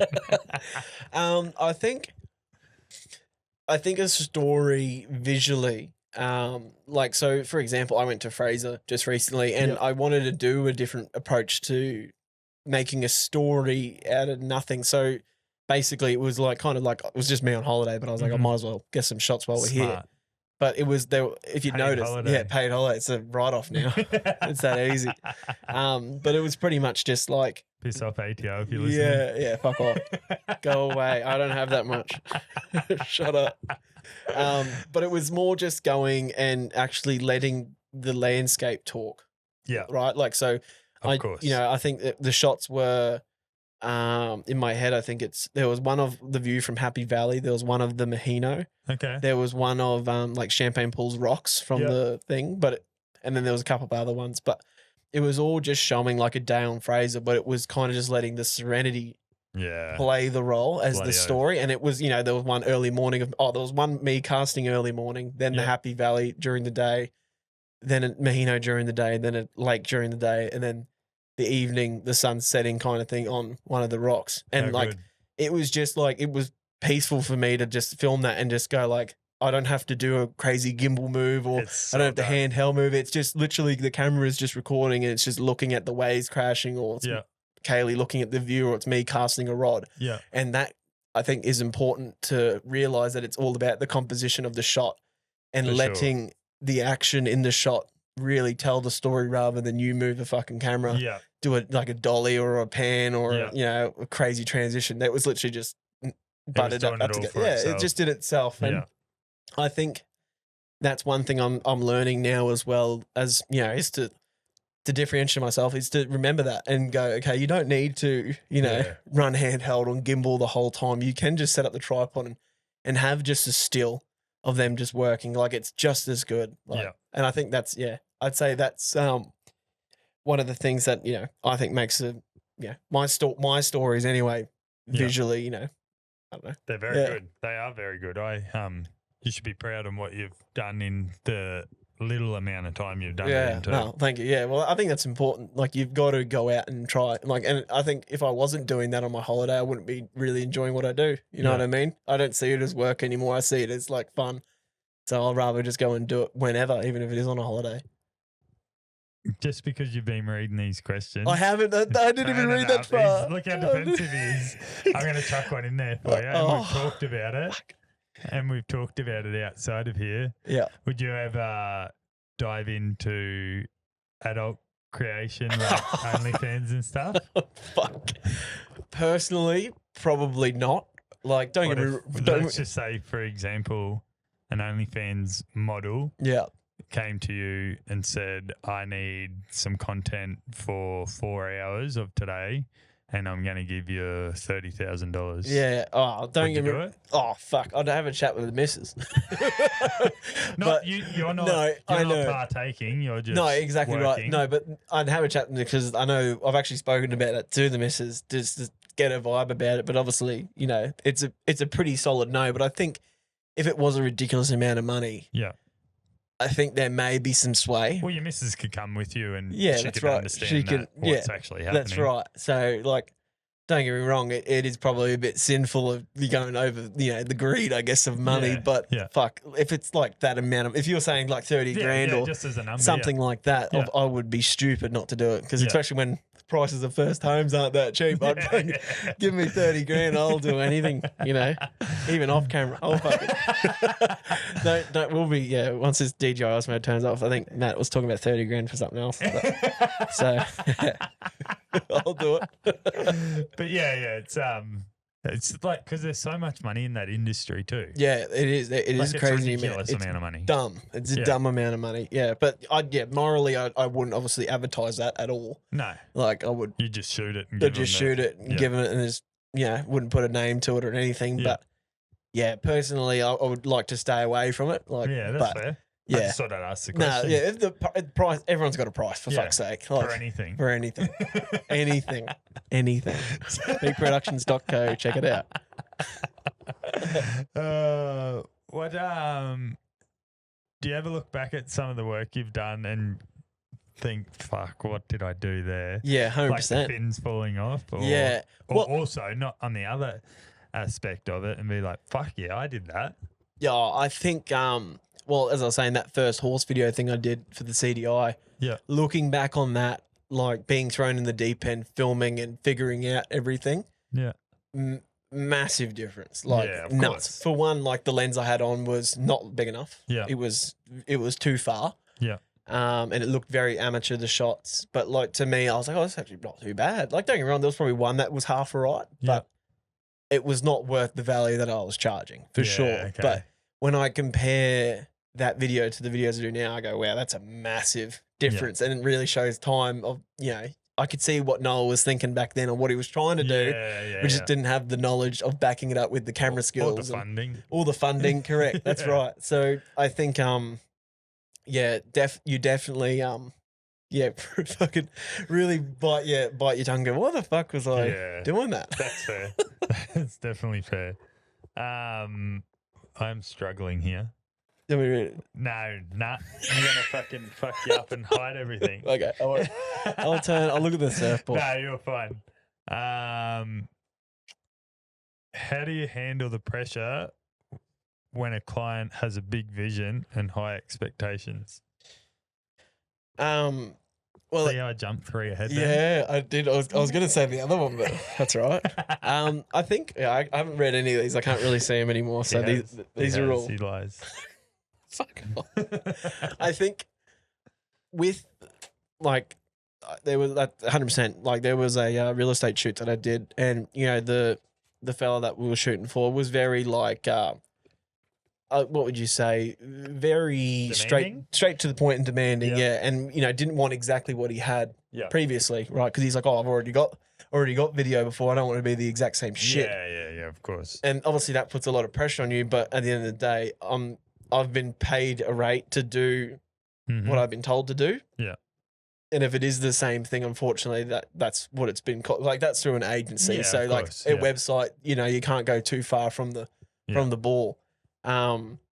But I think as well, like obviously some clients don't realize that the budget they're on isn't that big of a budget for what they're trying to create. Yeah. So obviously that's a massive thing. Yeah. But I think bringing them back down to earth, like, we're going back to that, the contractor one, like the Yeah. script he had would have taken up probably 3 minutes, right? Yeah, perfect. But like that would have been too much.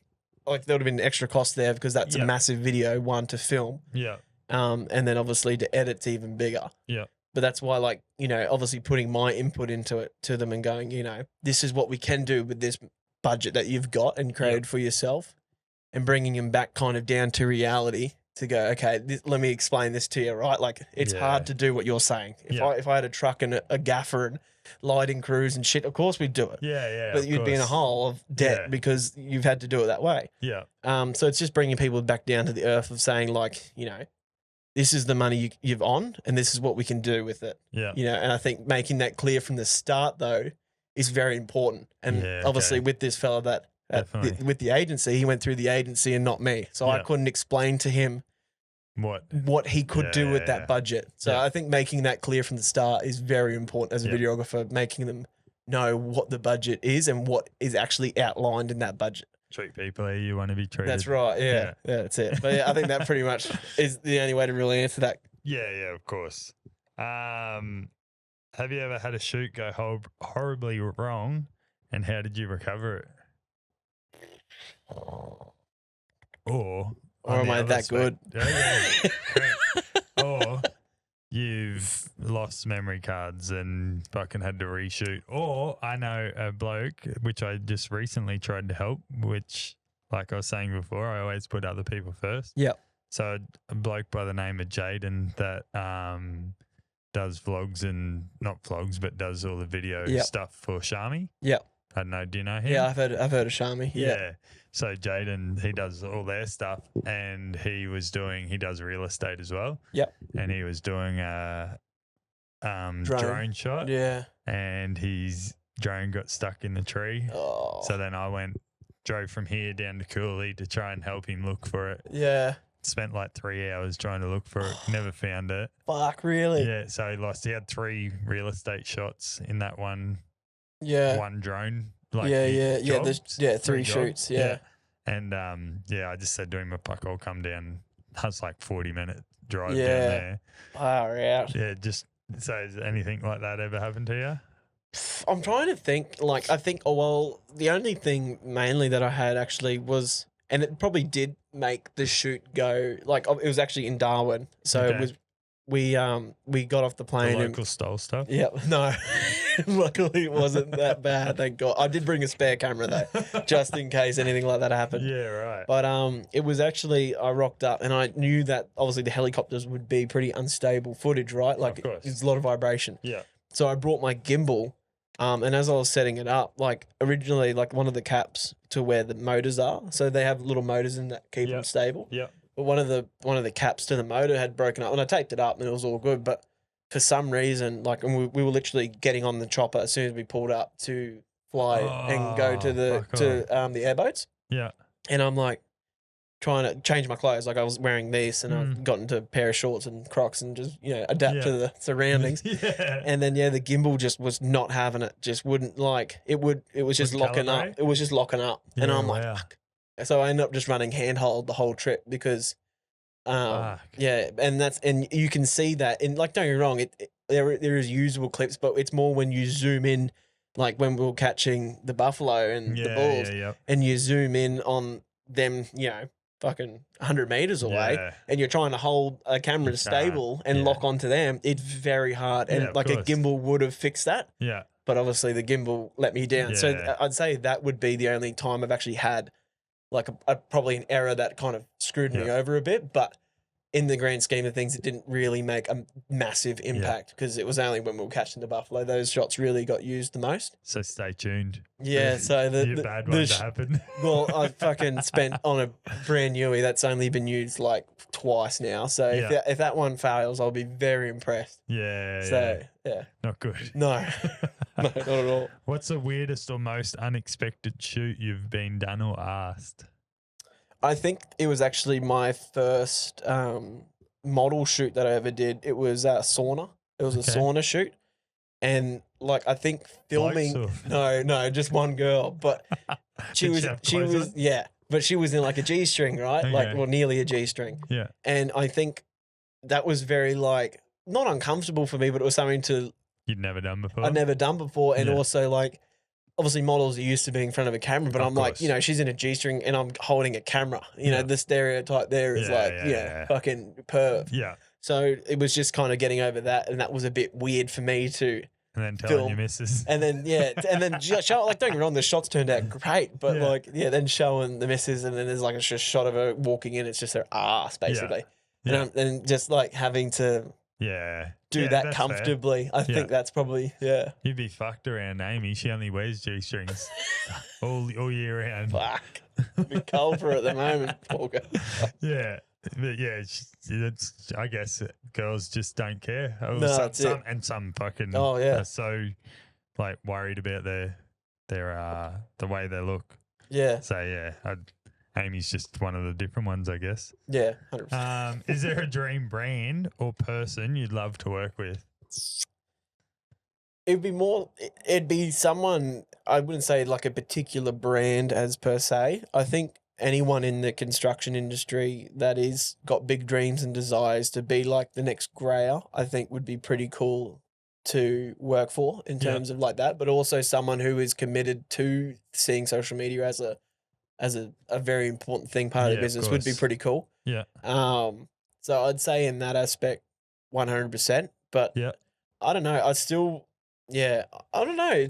I don't really have that dream client, I'd say, but it'd just be someone that I can grow with and actually be there from like the start when they started, like as a small business, and then watch them grow, and then also I'd be growing at the same time. Yeah. I think that'd be pretty cool to have. If there was a celebrity you could pick that you could work with. I already worked with them all. No, I don't. I don't know. I think to be honest, like my celebrity time is running out, like in terms of like. Why do you say that? Well, I think because now, like, as my brain's shifting towards like the businesses sides, right? Like but a lot of them could be a very successful that's business right. They could is a celebrity. Yeah, that's right. Like, and don't get me wrong, I'd do that, but I think at the moment, Cottrell, for example. Yeah. Well, I actually did reach out to not Adrian, but there was another, like, because how many of them started coming up? So Adrian's just advertised for one. Oh, really? Another videographer? Yeah. True. What is it? Freelance? Oh. It can be, yeah. Oh, I might have a look at that. Where did they advertise that? I didn't even see that. His story like 2 days ago. Oh, true. Yeah. Wow, that'd be fucking because originally he had even like he was flying all over the world in his jet just recently. Yeah. And they were going with him, doing his YouTube and stuff as well. Yeah, far out. So hit him up. Yeah, might have to. Yeah, it'd be fucking great money. Yeah. But because I saw what's his mate. Troy Candy. Yeah. Like he has a crew of videographers that I've seen that follow him around and whatnot, and they seem to do because they do YouTube as well. Yeah. But yeah, definitely Adrian Propelli be perfect, mate. Good amount of money. Don't forget that. Rig one of them giveaways. Rig a giveaway for me or something. That will pay me for a year. That'd be right. I don't think any of that stuff's rigged. No, I think it's pretty legit now. Yeah, well, it has to be. Well, it's run by the government, run through the government and shit as well. So yeah, for sure. How do you handle creative blocks or days when the footage just isn't coming together?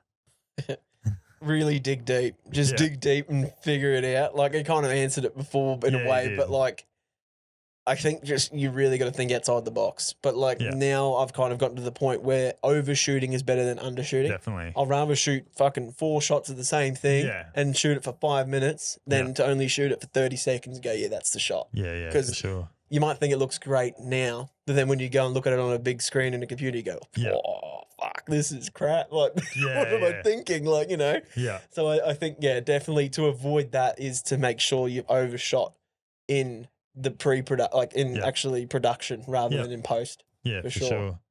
What advice would you give to someone who's just starting out with a camera and a dream? Don't obviously, definitely have a dream, but I think as well at the beginning, try everything. Yeah. Try real estate, try cars, try vlogs, try it all. Yeah. And find what really resents the most with you, because if you in a way you can do everything. Yeah. But if you niche down, you'll get a lot more clientele in that niche, and you'll get better at that niche rather than filming everything. So figure out what you want to film, and then really lock down on being the best at that. Yeah.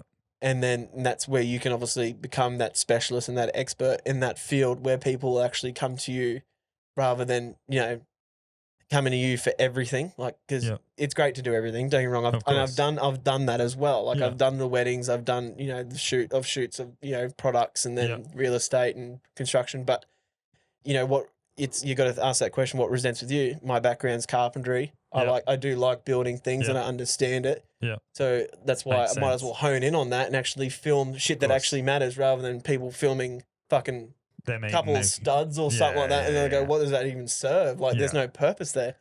True. I think for someone starting out is to lock in on something you love, and then also take your time and don't think it's a quick trip up. Like, yes, there's a lot of money in video, but it's not a quick journey. It's a long thing, and a lot of people that you see on social media as everyone sees them as they are now. Yeah. But obviously they all started, and it's cool that a lot of videographers actually show that. They don't gatekeep. They show where they started, where they filmed a wedding for $200, Yeah. or they filmed something, for a lot cheaper than what it's actually worth, just to figure out what they want. And now they're doing it so as true. their full-time career, and they're getting flown all around the world. And Yeah. so I think, don't feel like you're behind the eight ball, because everyone started exactly how you are. Yeah. So, Yeah. literally. So true. Listeners, as everybody knows, I wear Frontrunner on every episode of the Meraki podcast. Frontrunner is an Australian streetwear label dedicated to crafting the highest quality apparel available in the market.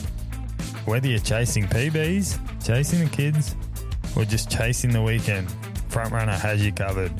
I've been wearing their stuff on and off the mic, and honestly, it's the kind of fits that make you feel like you've got your life together, even if you don't.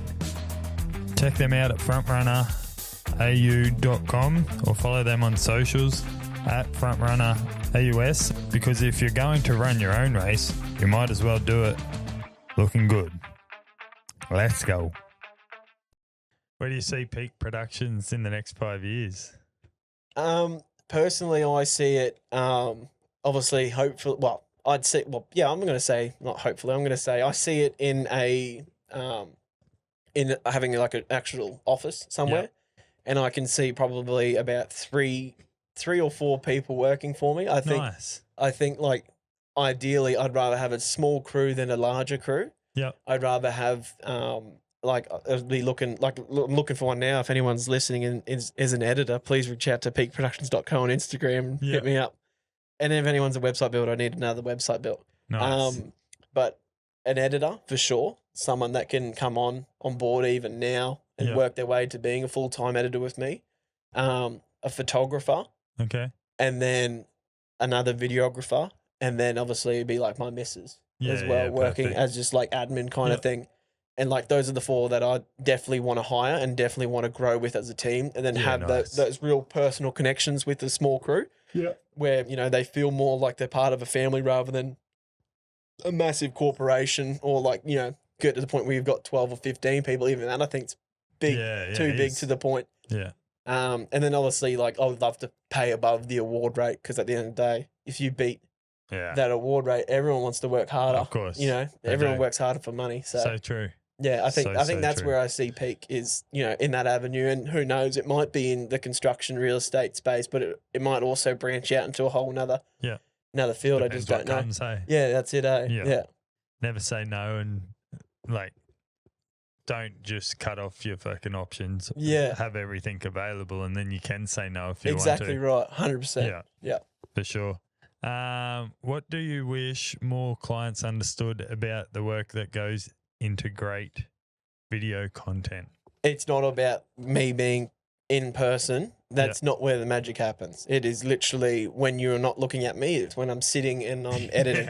And that is unfortunate. And even I've done it to myself, and I've only just realized it now, when I've adjusted my prices, is I undervalued my editing time so much. Like, to the point where, like, to give you an idea, it was nearly like 50% of what I was earning.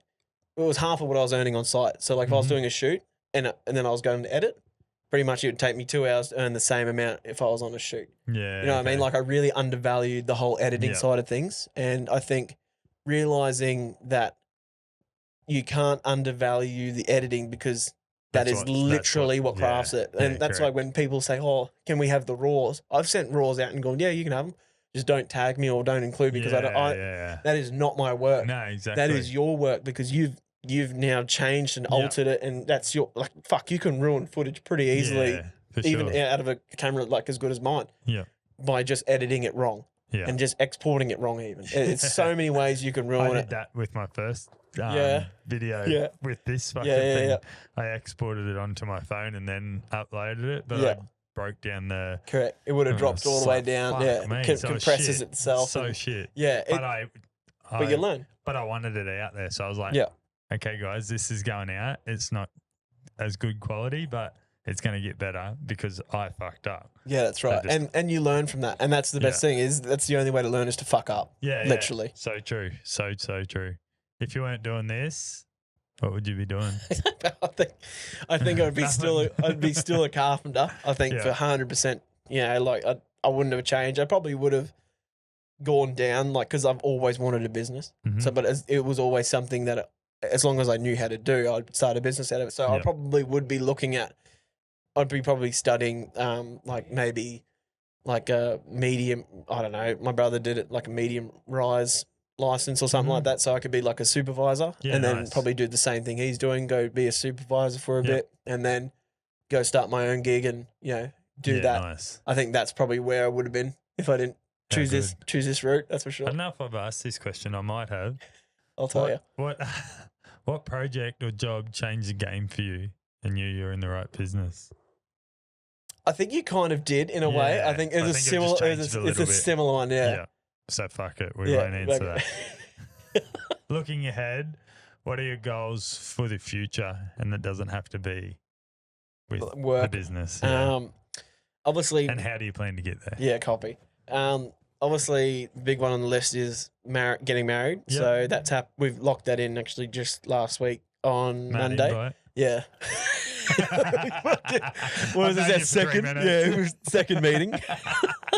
Don't worry, Groper's just as filthy not getting an invite. He's filthy because I filmed his wedding. Oh, okay. So he's like, "Fuck, you're there for work, mate." Yeah, that's what I mean. I gave him a good deal too. He can pay you to come. Yeah, literally.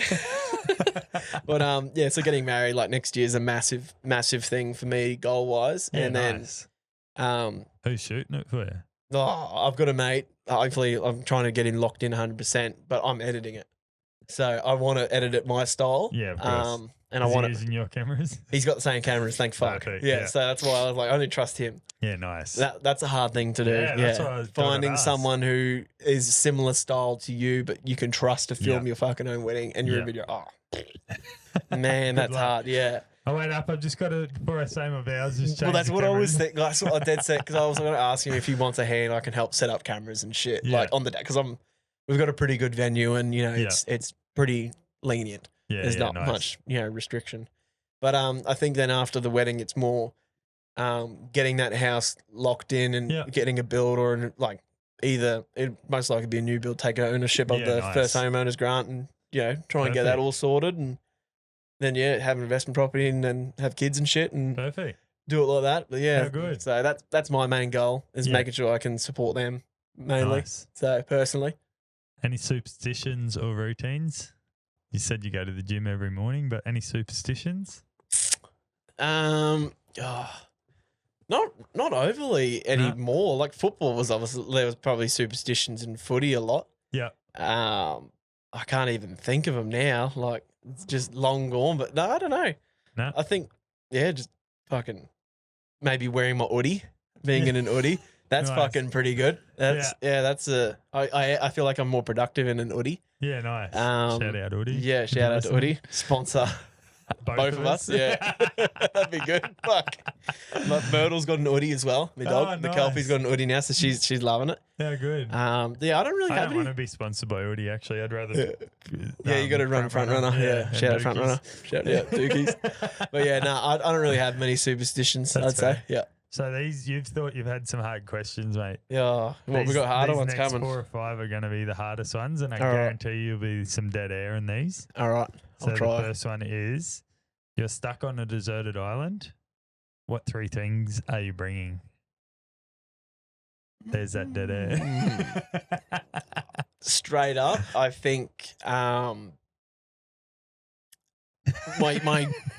actual. So I have a knife. Well, fuck, I shouldn't be saying. I've got a survival knife in my car. Survival knife, yes. So it's actually got a fire starter on it. Oh, nice. And it's obviously like got serrated edges. So that would be definitely one of the things I'd bring. So obviously at least I can sort out 2 things in one.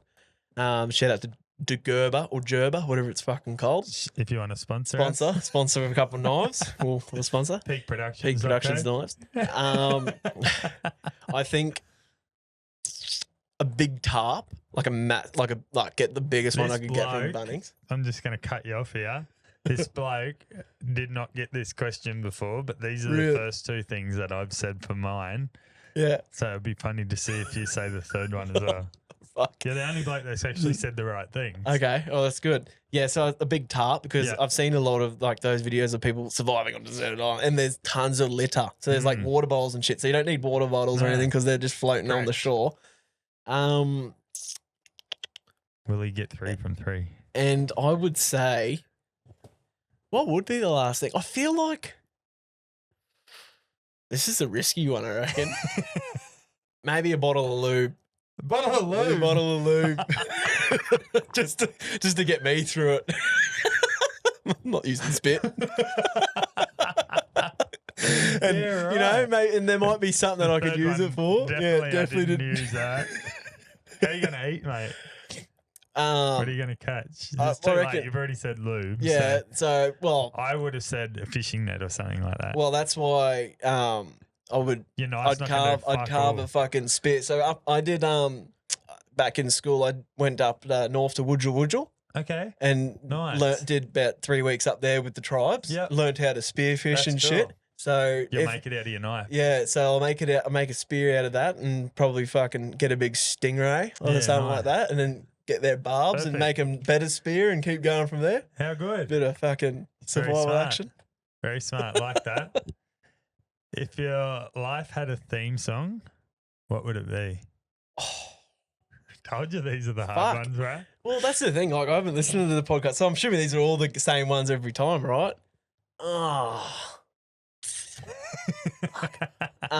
You thought you got hard questions at the very start, mate. God, there's been a fucking couple. What is it? Wait, hold up. I'll pull it up. I won't play it because we know that we'll Yeah, probably. we can play it. No, I won't. I do it. I play it anyway, bro. I Okay. actually get a loop and put it I'm over. pretty sure. Play it into the mic though, so Brian doesn't have to do it. Where is it? I don't even know. Oh, it's a fucking How Nickelback good's dead song. air on Yeah, dead podcast? air. That's why we need to just keep. An editor. Yeah, literally. It's a Nickelback song. Photograph. Burn it to the ground. Play it. You burn it to the ground. All right, I'll play it. There you go. Put it in the mic. I don't want to make it too loud. No. Sweet. Such a good song. It's a great song. Sing along if you know the words. I'll mumble it. We're going on the road. Yeah, I think I better well played, Very but good. I fucking love running Something to those full of songs. whiskey or something he says there, doesn't he? Oh, I love everything. Country, Nickelback, How good. everything. Like Alice in Chains, Yeah. Chris Stapleton, Yeah. he's just good. everything. Even George Strait. Oh, Love I that. go all over the shop. How good. But yeah, that's about it. I think. That's your go-to sing. It'd be song one of for them. when Yeah, you're running? running is Nickelback pretty Yeah. much. Nickelback and all that kind of Yeah, style. nice. Love that. Then here's the hard one. All right, I'll be real quick to answer this. Yeah. No, you won't. All right. If you had to swap lives with one person for one day, who would it be and why? I think Donald Trump. Oh, Yeah, I think I would wow. love to see what it's like to be that person who has all he's got Everything. everything. Mm. He's got so many responsibilities. It'd be Mhm. out of the arse. I'd just love to see what it would be like to feel like that. Even like obviously the amount of backlash he gets, but like I saw a video of Excuse me. no, you're right. He's like he's PA. I think his PA did like a video for his TikTok or something. Yeah. And it was like a day in the life of like Donald Trump. And Okay, I it was haven't just seen that. fucked. Like, I think he did like a 16 or a 17-hour day. And it was just meetings wow. and then like driving and meetings and press conferences. And I'm just like, His body's smashing him at the moment. He's Yeah. got like severe. Have you seen? Like Yeah, severe yeah. bruising on his Yeah. hands. His fucking ankles are huge. Like he's actually unwell at the oh, moment. that's what I mean. But like, fair enough. Yeah, Fuck, you'd you're have doing so those- much on. Like, Yeah. and to the point where the balance of, especially at the moment, like the fate Yeah. of, we could be going to World War II. Like, we don't, three, sorry. Yeah, we already did that. yeah. Like World War III could be Yeah. here in no time. Like, Yeah, for sure. by one small One missile. decision. Yeah, Yeah. that's right. Not that hard. hard. What's your favorite spot to shoot? If you could pick any place that you've shot already, like video wise. Or actually, let's change that. All right. If you could pick, so somewhere that you have shot already, Yeah. that was pretty special to you, and then one that you could pick anywhere in the world to shoot. I think, like, really, for me, I think a spot anywhere in the world I would choose is be like the Yellowstone Ranch. Okay. Like having obviously just them working the land. I think those would be some fucking amazing shots. Yeah, like they a would. bit like the Fraser ones, right? Where like they can just, I could just set the tripod and it will just tell the story. Yeah, makes sense. You know, and then you do a couple of close-ups of like the actual musterers and all that kind of, you know, doing their work and, you know, fixing fences and shit. I think that'd be sick. And then just camping under the like, you can already kind of envision it just like off of just mentioning it and thinking of the shots I would pick. Yeah, nice. Like I think that would be 100% what I'd do if I could pick anywhere, 100%. And the best place that you have shot? Fraser? Fraser's like, I'm pretty mundane to Fraser now because I've been there so many times. So Yeah, like, that's it's still fair. pretty to me, but it's not probably the prettiest. I honestly think, probably it'd be at the moment, it's probably more like, like in the Darwin region, that like either, like there would, if I had the time to actually set up some nice shots, there would be some really pretty, Catherine. just all through there. So it's like we flew over some waterfalls and I'm like, even that would have been nice to just stop and just, film there. But yeah, I'd say like if I could redo that again, like, but in my own time, not vlogging it. That would be, it would turn out way better than like run and gun for sure. Do you know Matty from the Explore Dream? I haven't met him, but I do know Matt. You need to fucking do some work for him. Yeah, well, I do know he was looking for him, but obviously he hires full time mainly, so he hires a full time thing. But and that's the same thing as well. Going back to being away all the time. Yeah. Like even like Forward Drive 24/7, they're always hiring because I think a lot of them would get burnt out quick doing the same thing over and over. Makes sense. Yeah. If your camera could talk, what would it say about you? I was going to say we could talk and say clean me because fuck it's dirty after being in the red dirt and I've been needing to get it serviced. But I think it would probably say I've got a weird concentrating face. Like I've seen like I look really dumb when I'm concentrating. I think it'd say I probably look pretty dumb. Okay. What else would it say? I don't know. It'd probably say fucking, I don't know, treat me better. That's probably There's no right or wrong no, answer. I think those are probably the two things. It'd be like, wow, you look pretty dumb. Like if it was looking at me, and then I'd say, it'd probably say, treat me a little bit better, please, because it gets a bit. What would you say? Pushed to the side a bit as like a priority to go. Let's go get it clean when it fucking really needs a clean, like a deep pull apart, blow out. Okay. Yeah. Don't we all need that? Yeah, blow out. Yeah. Blow. Any questions for me? How are you mentally? I'm good, bro. You're I'm really, really good. Yeah. like best you've ever been? Nah, nowhere near. Yeah. But fucking, as you're probably well aware, I think, my son's down in Wagga, so I don't see my son very often, and that hurt, like struggles. But like I'm pretty good. Like I'm busy, as you're well aware. I'm fucking busy as at the moment. Yeah. That keeps me out of my head. Yeah. When I'm in my head, it's fucking when I've got time to worry about to shit, think. Yeah, you lose yourself a bit. Like I was fucking exhausted as last night, and I sat down to prep for the 2 podcasts for today. Yeah. And I sat down and I fucking put the footy on, and I was like, yep. Got into my notes, started writing it. Yeah, true. So I did it all this morning. I was up at 3:30 this morning prepping for 2 podcasts. Far out. Just because I didn't have time to prep. Like I'd fucking done 70 hours of work this week. Yeah, wow. And then, having time for Amy, and we got a new puppy, and fucking like there's so much going on that. But yeah, I'm good. I'll never be perfect. Like my like I never grew up with knowing my real dad. I still don't know my dad to this day. Yeah, wow. So my dad disowned me and said to my mum that I wasn't his, and then he died like 4 or 5 years ago. Yeah. And so I never ever met my dad. So Fuck. I'll always struggle with that mentally. Oh, And 100%. Then you, I've had a stepdad since the age of 6, Yeah. and he's been amazing. But it's just that fucking thing. yeah, of, that feeling of, and that's always going to be like, it's not it's a loose end. You know Yeah. what I mean? There is no other way to make it come back full circle unless he filmed a memoir and he expressed all that. chance. But that's right. Like, yeah.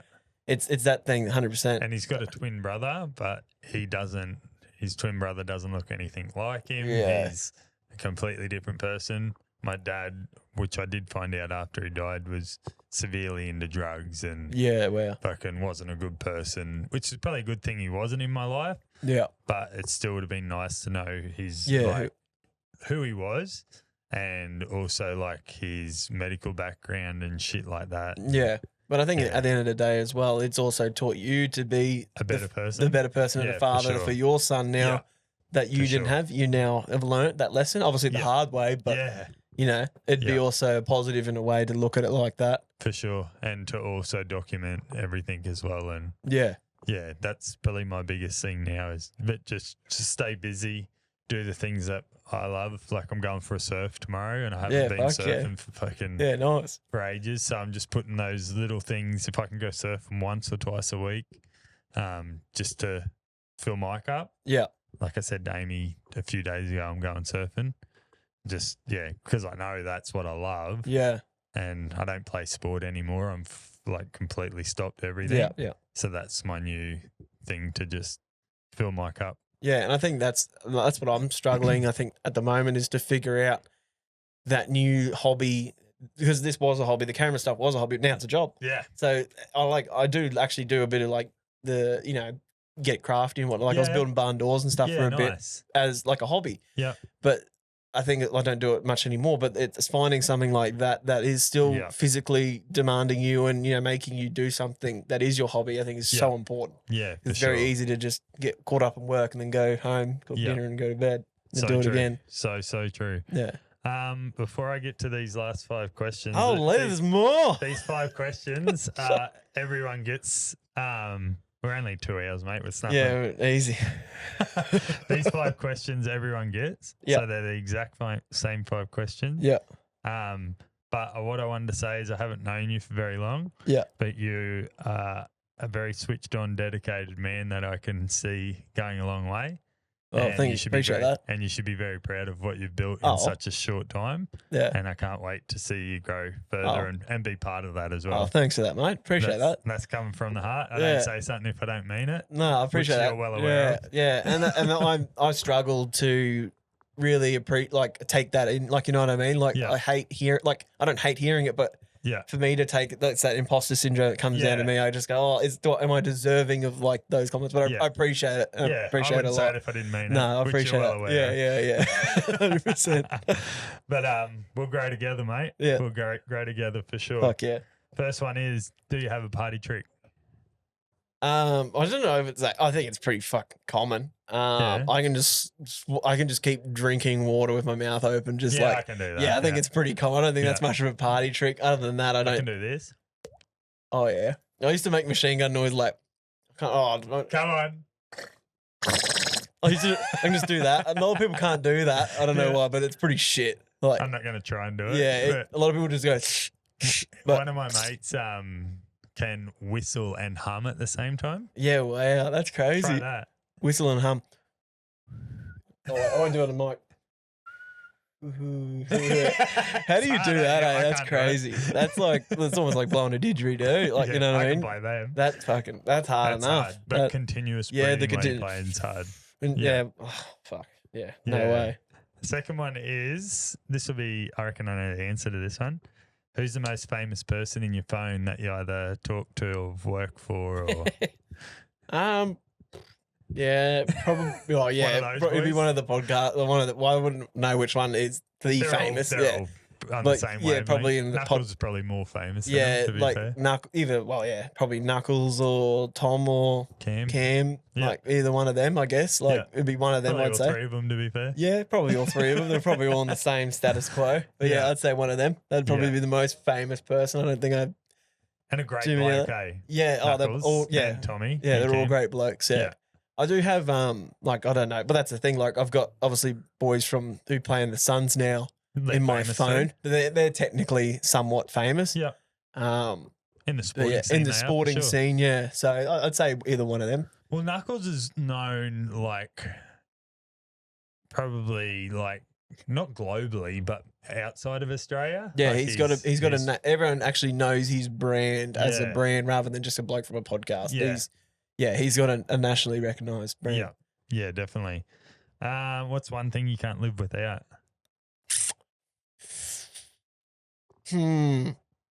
Is it has to be physical It can be or anything? mate.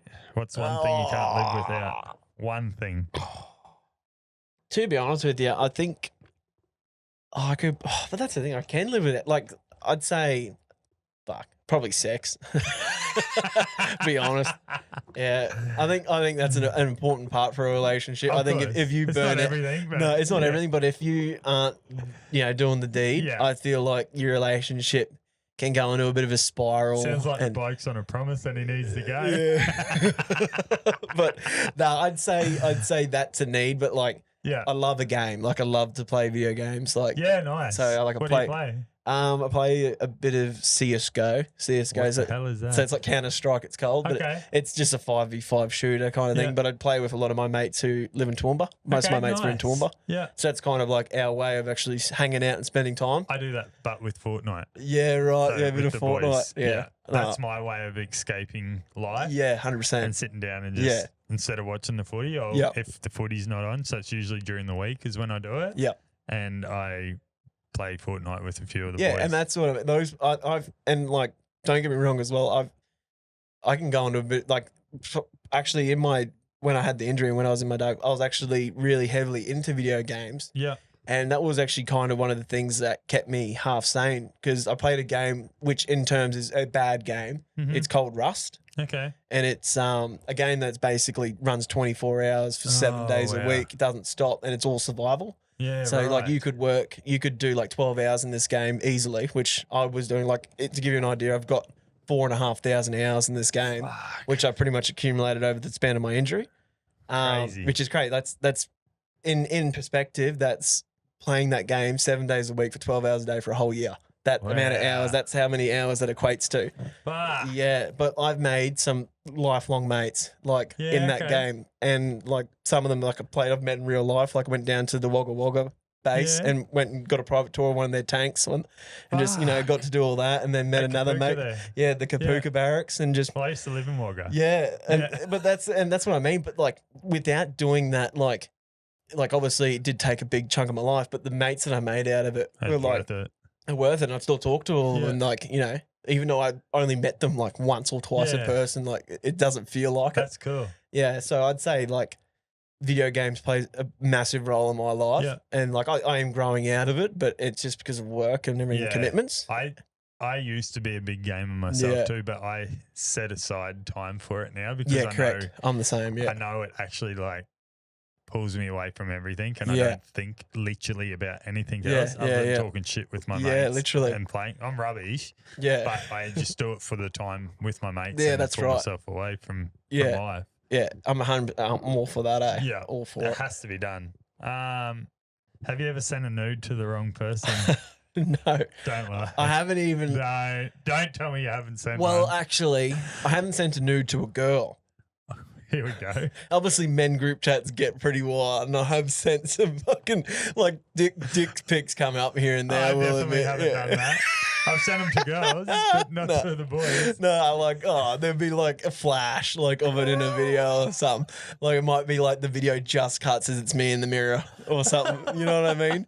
And just some shit like that to catch them off guard, keep them on their toes. But I haven't ever sent it to the wrong person. I don't think. Unsolicited. I've had mates send me things like that they've accidentally. or even like drunk, like Yeah. fuck that. I've got some wild mates. I'll say that much. They're fucking pretty wild. Sounds like it if you send them nudes to them. Yeah, and mine are soft core, whatever you call that. There's a like hardcore. Not soft. Yeah.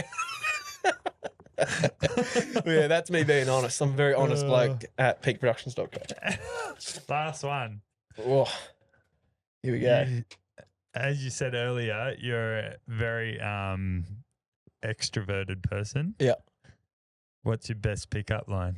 Oh, fuck. I don't really have one. Oh. Turn it up. Oh. How'd you get your missus? I'm ashamed by it. Bumble. Tinder. Oh, Bumble. Post. Yeah.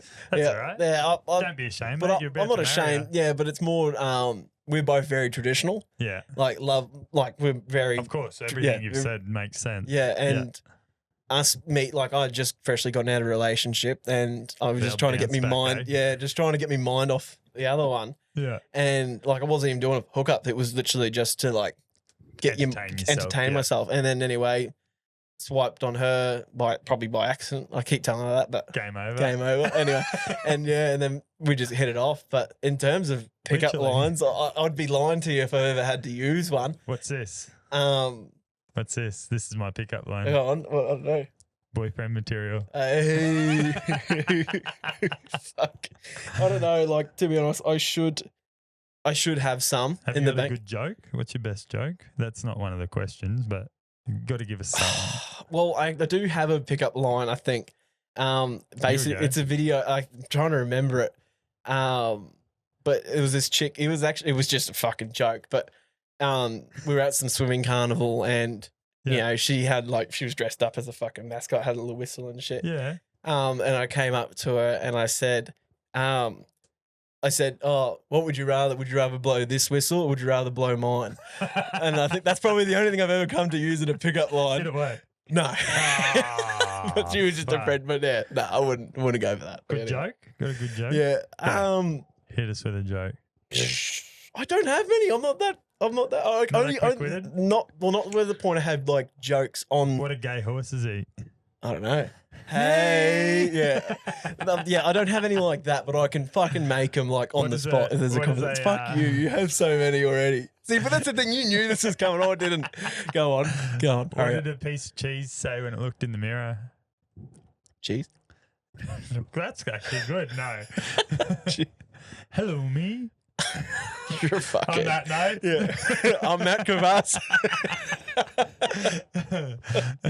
You're fucking. Thanks, Yeah. Brad, for coming on. No dramas. You're Thank good, you. man. Appreciate it. I've All had a the great best. chat. Love you, bye. See you, boy.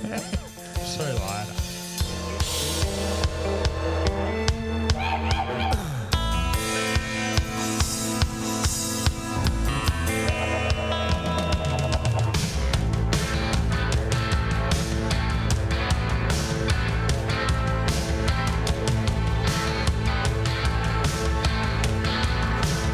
This has been another Pod Perfect production.